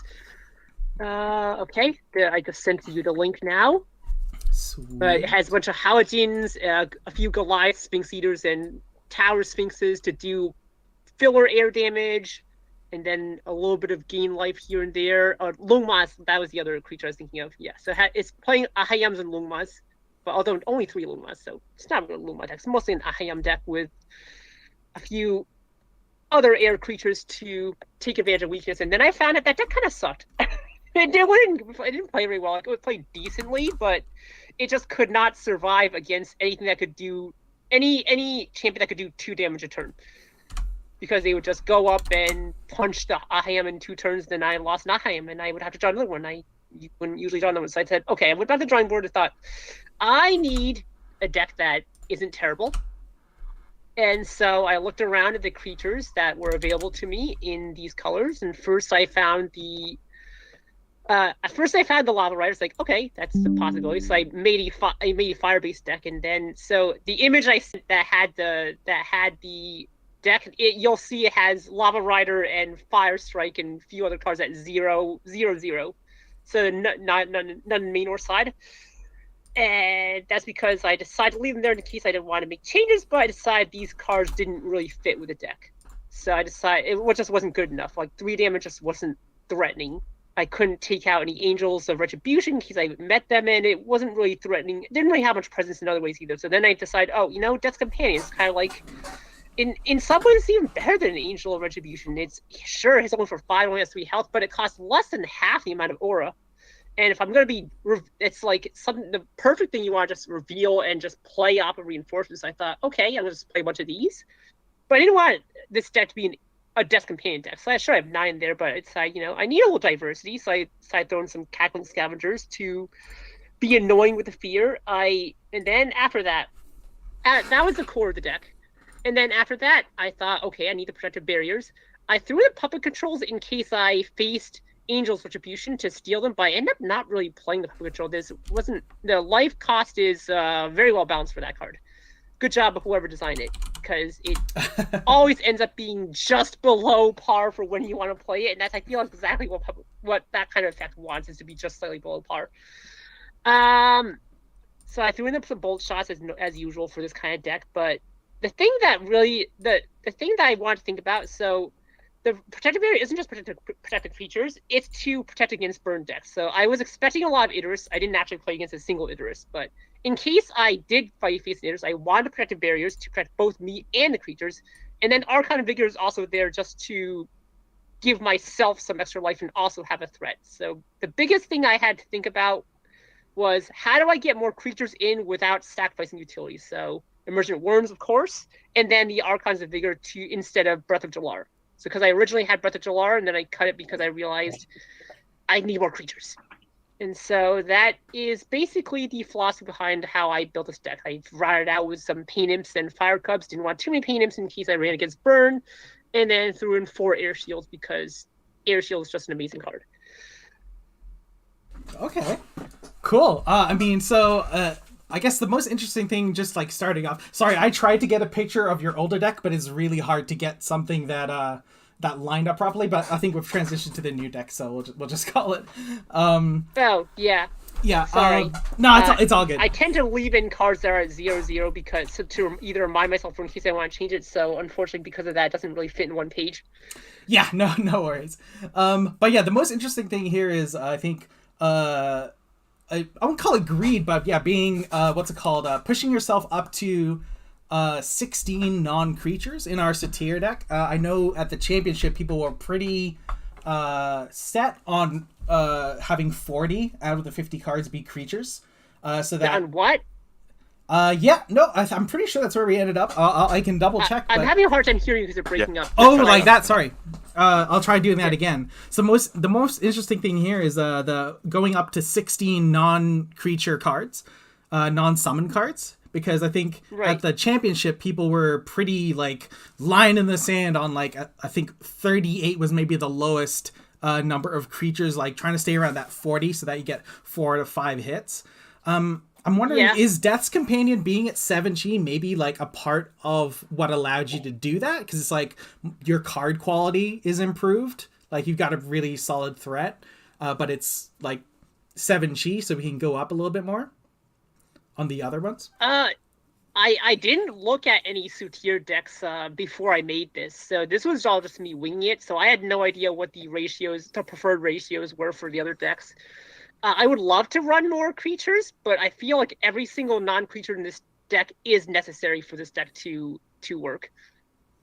I could be wrong, of course. I'd be more than welcome to entertain the idea that maybe I should cut like one or a bolt shot here or an air shield there, but okay, yeah. I mean, like I think Malefic Persuasion was where people landed, but over the bolt shot. But I mean that is HE, right, Sid? Mythic Impalement. Oh, Mythic Impalement. Sorry. Oh, Impalement. Is that 8? That's 8. Yeah, that's probably better actually. Yeah, with the type of deck style you're playing, with their protection and the basically like boxing out people. Yeah. The Otins are a place that you could lower down because they're so limited. I hadn't thought of that. That would bump up your summon count up to like the 38, 39 range. Yeah. Yeah, it is interesting because like with these protected and those air shields, there was one very clutch play I made with an Otin against Fatal Error in the first match we played, where they had a Coon next to their Croc, and behind their Croc was a Scavenger, and they were hitting me with their basic heavy holy attack, and I Otin to move in front of the Croc, blocking in place because the fourth side was a wall. So now it's blocked in on 3 sides, and there was a Scavenger behind it. So couldn't attack, until in the next round. It couldn't attack until Kuhn moved out of the way, and then it got a second turn, at which point I could then take it down. But you might be right. Oten is not the strongest card. It's just a card I figured, I need some kind of escape, and I need a 3 chi card, so that's what went in. But I mean, I could totally see it going for something else. I mean, you won the tournament, so what do we know, right? I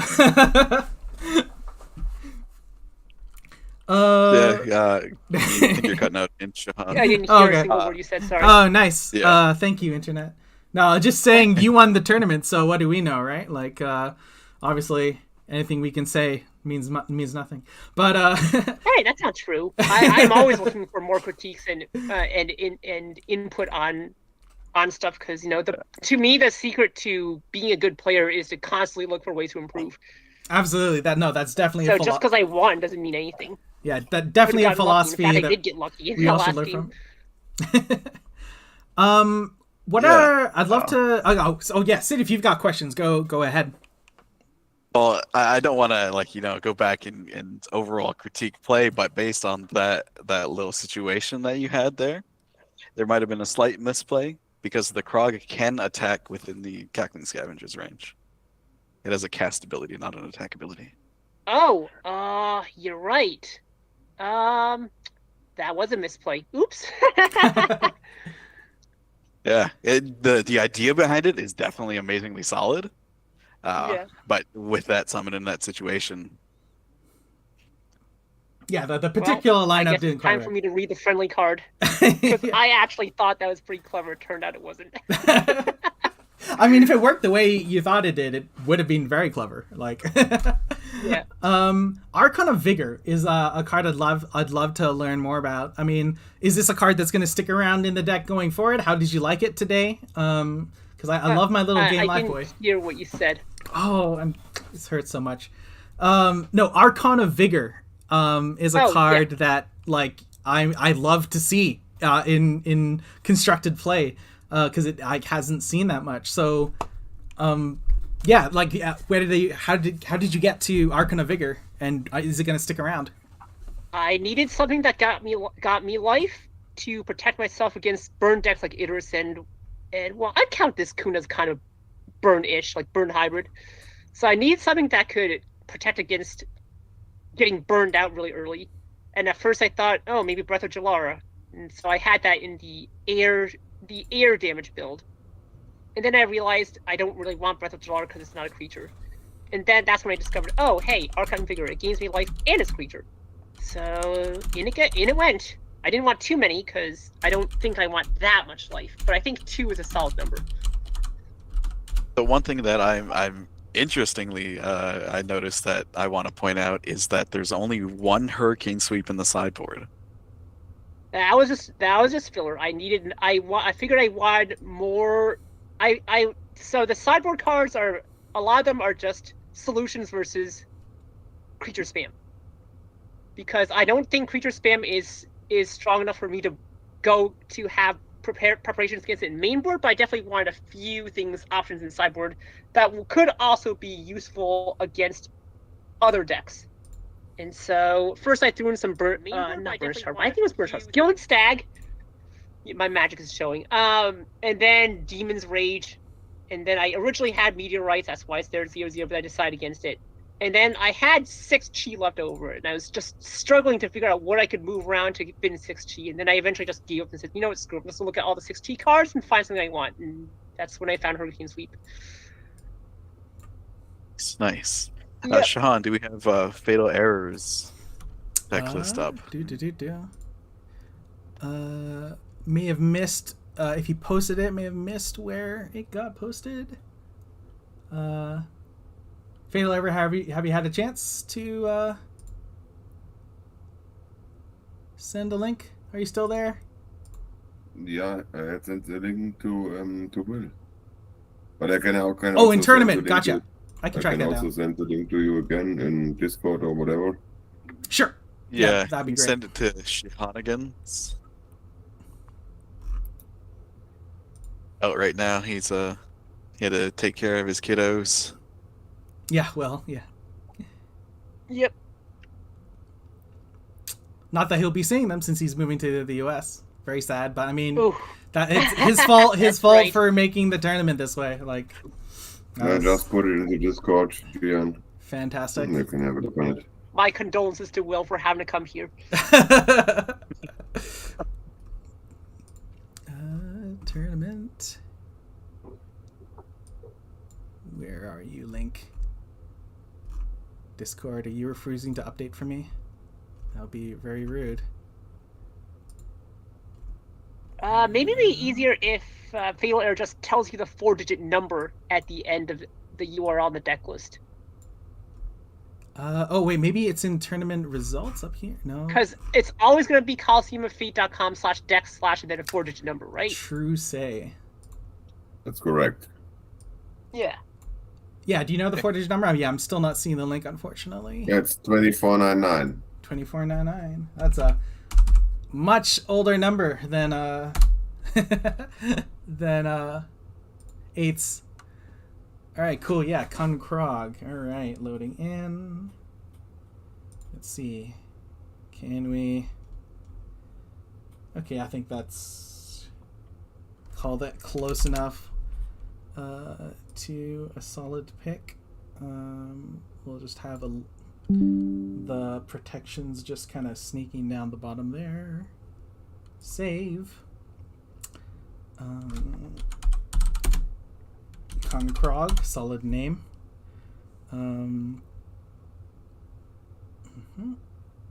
Save to desktop. And then let's pull this. Was this original deck list designed for Nubia, or was you actually running the Kun in there? No. So we initially, before we took the Nubia to the Worlds, the Kun Krog deck was really stable, which we were maybe trying to go to the Worlds. So before we ended up with Nubia, this one was one pick we would have been used for the Worlds. But the Nubia one was better in the end. So how would we go forward here? And do you want to tell about the cards, or should I go through the deck? Oh yeah, no. If you've got some thoughts to quickly move through it, then that's a great start. Yeah, I'm gonna pull up your deck now. Yeah, I mean, what is quite obvious: the 8 and 7 Gs, the 9 Crocs, and the 9 bolt shots are the win condition for sure. I've also 6 protective barriers in there to save the Crocs for sure, and Kun himself. I guess then in the 5 G slot is the one slot I'm going to use to sideboard. Most likely for the mirror match, I'm going to take out the protective barrier and bring in the Angel's Embrace, because in the Kun mirror match, the protective barriers are not so necessary. I'm trying to make the game a little bit broader, putting the Crocs, if I have ones, on the sides. And that being said, the protective barriers would not work at all. So therefore, I put in those Angel's Embrace. Tsunamis, yeah, I put those Tsunamis in, also in the final, at least 3 of them, to deal with swarm decks or things like the Death Companion, for instance, or if Nubia would be legal, then also maybe with a couple of Nubia things, or with Bimets or whatever. Often also with the chairs, so that might help at some point of times. And then for the 4G slot, I've always, if someone is boarding in these, I'm not sure how the card named, the card where you are not able to draw any cards that Aura Purge. Is that the Aura Purge? Yeah. Oh, the trap. The alteration, yeah. Aura Purge, so fun. Yeah, the Aura Purge, exactly. So for the Aura Purge, if someone bought the Aura Purge in game 2, then I would definitely switch out the dedicated studies. Usually, in the past, I had the Wind Slash in here as a 6/6, but based on the Iblis stuff, I just put in here that disabling shot, and just using that fatigue to give him one shot and then saying, okay, let's play another set, because I'm not willing to do any interaction with Iblis then. So that's the reason why I have this one in here. And I guess the 3G slots are quite obvious. So a little bit against cast spells, a little bit against techniques, which I can move out based on the fact what the deck has. Carbus is also quite obvious, and the Water Strike is helpful just because the Crocs do water damage. So I'm just able to put some additional damage for a low amount of aura. Yeah. And that's the idea of the deck. So okay. So you said disabling shots for Iblis? Disabling shots, yeah, because Iblis often that Iblis deck, which was a representative of the worlds, was an Iblis deck. If you would just ping Iblis to throw away a couple of cards, then the game was over for Iblis. So the Iblis deck was quite destructive. I'm sorry? Oh no, yeah, I was just like, catching up with you there. So like, the energy 5, so you don't care about the damage at all. Quite destructive. Yeah. Just relying on that you hit Iblis, and they are making there a lot of tokens and things like that with this deck. And if you just fatigue Iblis in this case, then the game would be over for Iblis. So that's the reason why I put those over the Windslash, which were a part of the sideboard. But I don't know. I feel like your Crocs and your Bolt Shots are already sufficient against Iblis decks, because you're dealing 4 damage. Yeah, absolutely. Armor, and then you're also applying water weakness. Absolutely. So you do not lose. You do not need to lose, even without sideboard against Iblis. That's definitely sure. That's true. But with that sideboarding option, it's just a little bit easier. You want to continue to? You want another option to put the nail in the coffin for that Iblis, because each win con is not going to come up consistently. But if you have more possible win cons, then it's a little bit easier. That's it. Yeah. So you're just backing me, Sid, or are you challenging me? I'm just not sure. No comment. It was an honest question, so I wasn't sure if you're just backing me or if that was something we would need to discuss. Sorry? I was just not sure if you are backing me with that decision, or if there is something to discuss in regards to that decision. I just wasn't sure when you were talking about it. Well, I'm definitely super supportive of the disabling shot for the okay. Yeah, because it was in my board as well for the exact same okay. Nice. Purpose. Gotcha. Great minds think alike.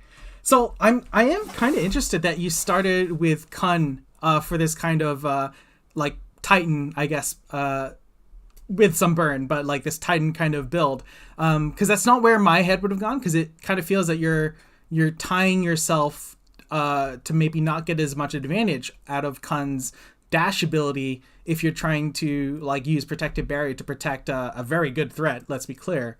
So yeah, like how did that? Because you tested this first and you were kind of happy with it. How did that like kind of interaction play out with Kun and the Fire and Krogan trying to protect it?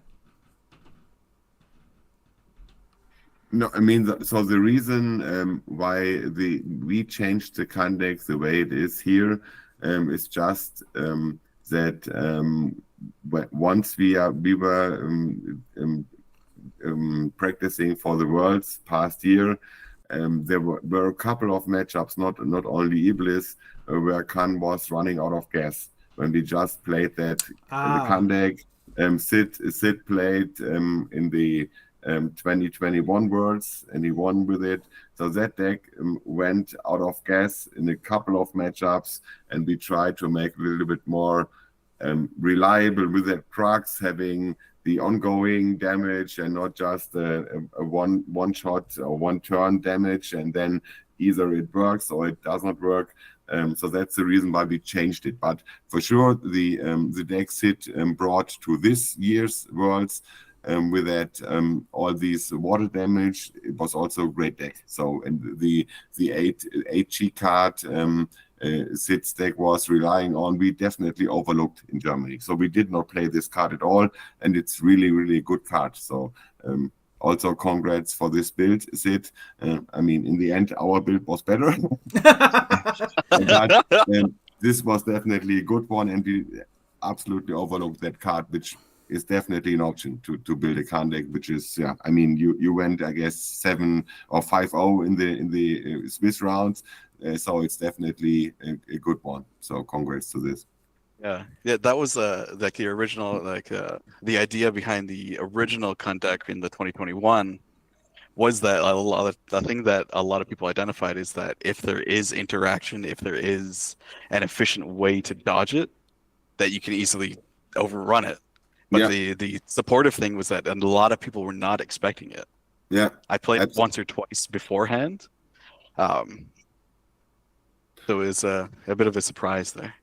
Absolutely. And when we built in the German circuit, when we built the Tashir Tigers deck, this is also a deck which you cannot beat with just a Khan Burst deck. You cannot beat the Tashir Tigers. And this was also a reason why we said, if we are going to the world with a Khan deck, this deck needs not to be a Khan Burst. It needs to have some support from creatures. And that's why we came up with this one. Yeah. Nice. I think that the top 3 decks from the last championship are all utilizing Protective Barrier. Yeah, great card. It's an amazing card. It protects your creatures and protects your win cons, but it also protects you against burn. It's just definitely one of the best cards in the game. It's always used. It will almost always find a use in any game that you play it in. Yeah, I think lots of people are maybe scared off a little by that 2 health, because it's like, oh, like, I mean, if I'm taking 2 damage, like, what am I actually protecting? But I mean, with Tsunami, with Bolt Shot, with AoE being premium, some of the best spells in the game, right? Yeah, exactly. No, it does a lot of work. I guess to pull it a little bit back to the games. I face a lot of iterations where they'll just Hell Chasm mean, so you play a Protective Barrier. Yes. You save you pay 2 life to prevent 6, and then you also protect your creature. Yeah. To pull it back to the game, I guess let's get in the mindset. So like, I guess we'll start with 8th.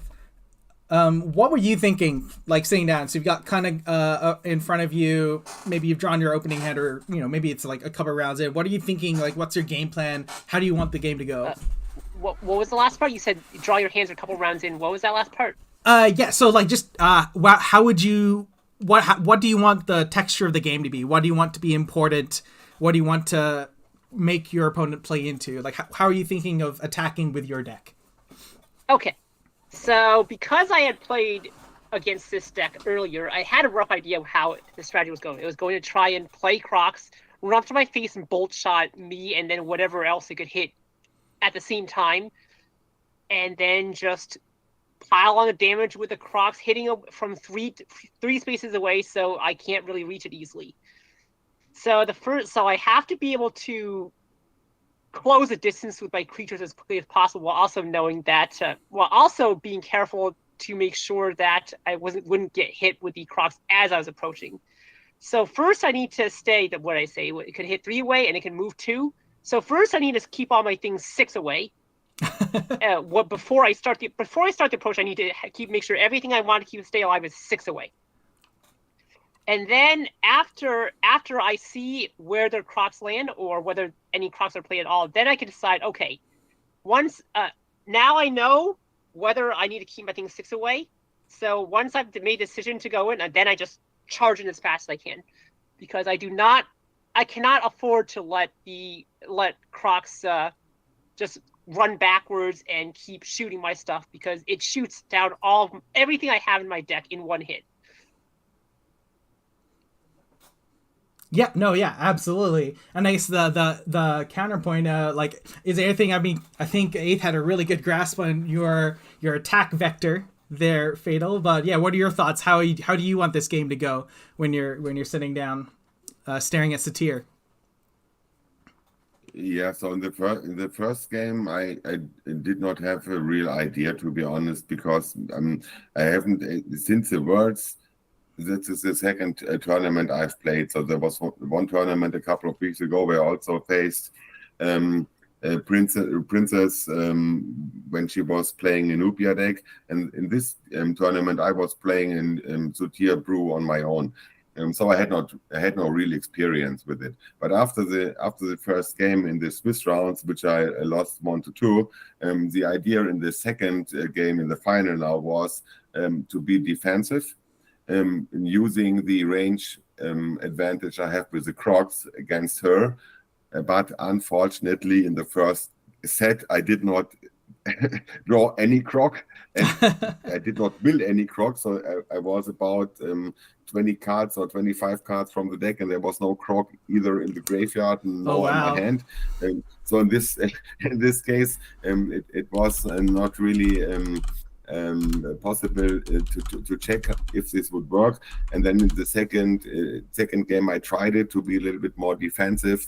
But overall, as mentioned earlier, she really played really good Genesis, and unfortunately she was not attending the Worlds past year. Otherwise, I guess she would at least also have made it in the top 8. I assume. Absolutely. Oh, thank you. Yeah, actually, how long have you been playing 8th? Because I know you're. I've been not too deep in the fan server, but how long have you been playing? You're breaking up. Oh, sorry. How long have you been playing 8th? You broke up a second time. I can't catch a break. Yeah, how long have you been playing 8th? I'm not sure if we. I think in general, what he's trying to get at is we're interested in finding out how long you've been in the game, like what your experience in the past is like. How long have you been playing? I am looking up the chat right now where I announced that I was going to check this game out. So that should be up a little bit further. Here we go. I got beat by them on Raha today. This is a demo deck. Okay, so that was mid to late February. Oh my god, that is terrifying. You started in mid to late February, and like. Sorry, what? Sorry, that is terrifying. You are a scary person. That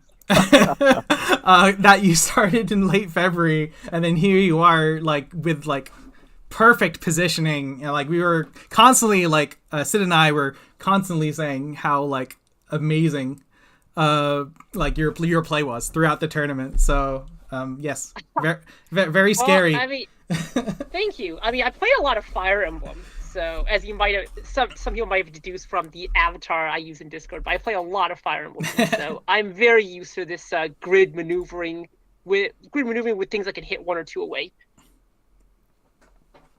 And I guess just for some fun, fatal error. I did the math on having 9 Krogs in your deck and then not having any in the top 20. It's 0.571%. Is the chance of so that's painful. Yeah, I always feel bad when I win because someone else didn't draw well, because it always sucks when I always hate it when that happens to me. Like I really hate it. Like every time it happens to me, I'm just like, I hate card games forever. I'm just gonna quit playing any card games and play chess because I really hate it when I lose to that. So I always feel bad when someone else loses to that as well. No, you deserved it. So I had also good hands at some point of times when you beat me. So all good. So. No complaints. No complaints to that.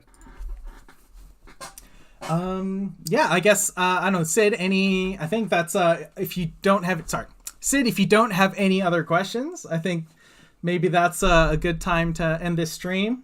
Or if there's anything our champions here would like to say, I guess before we end, shout outs, all that kind of stuff.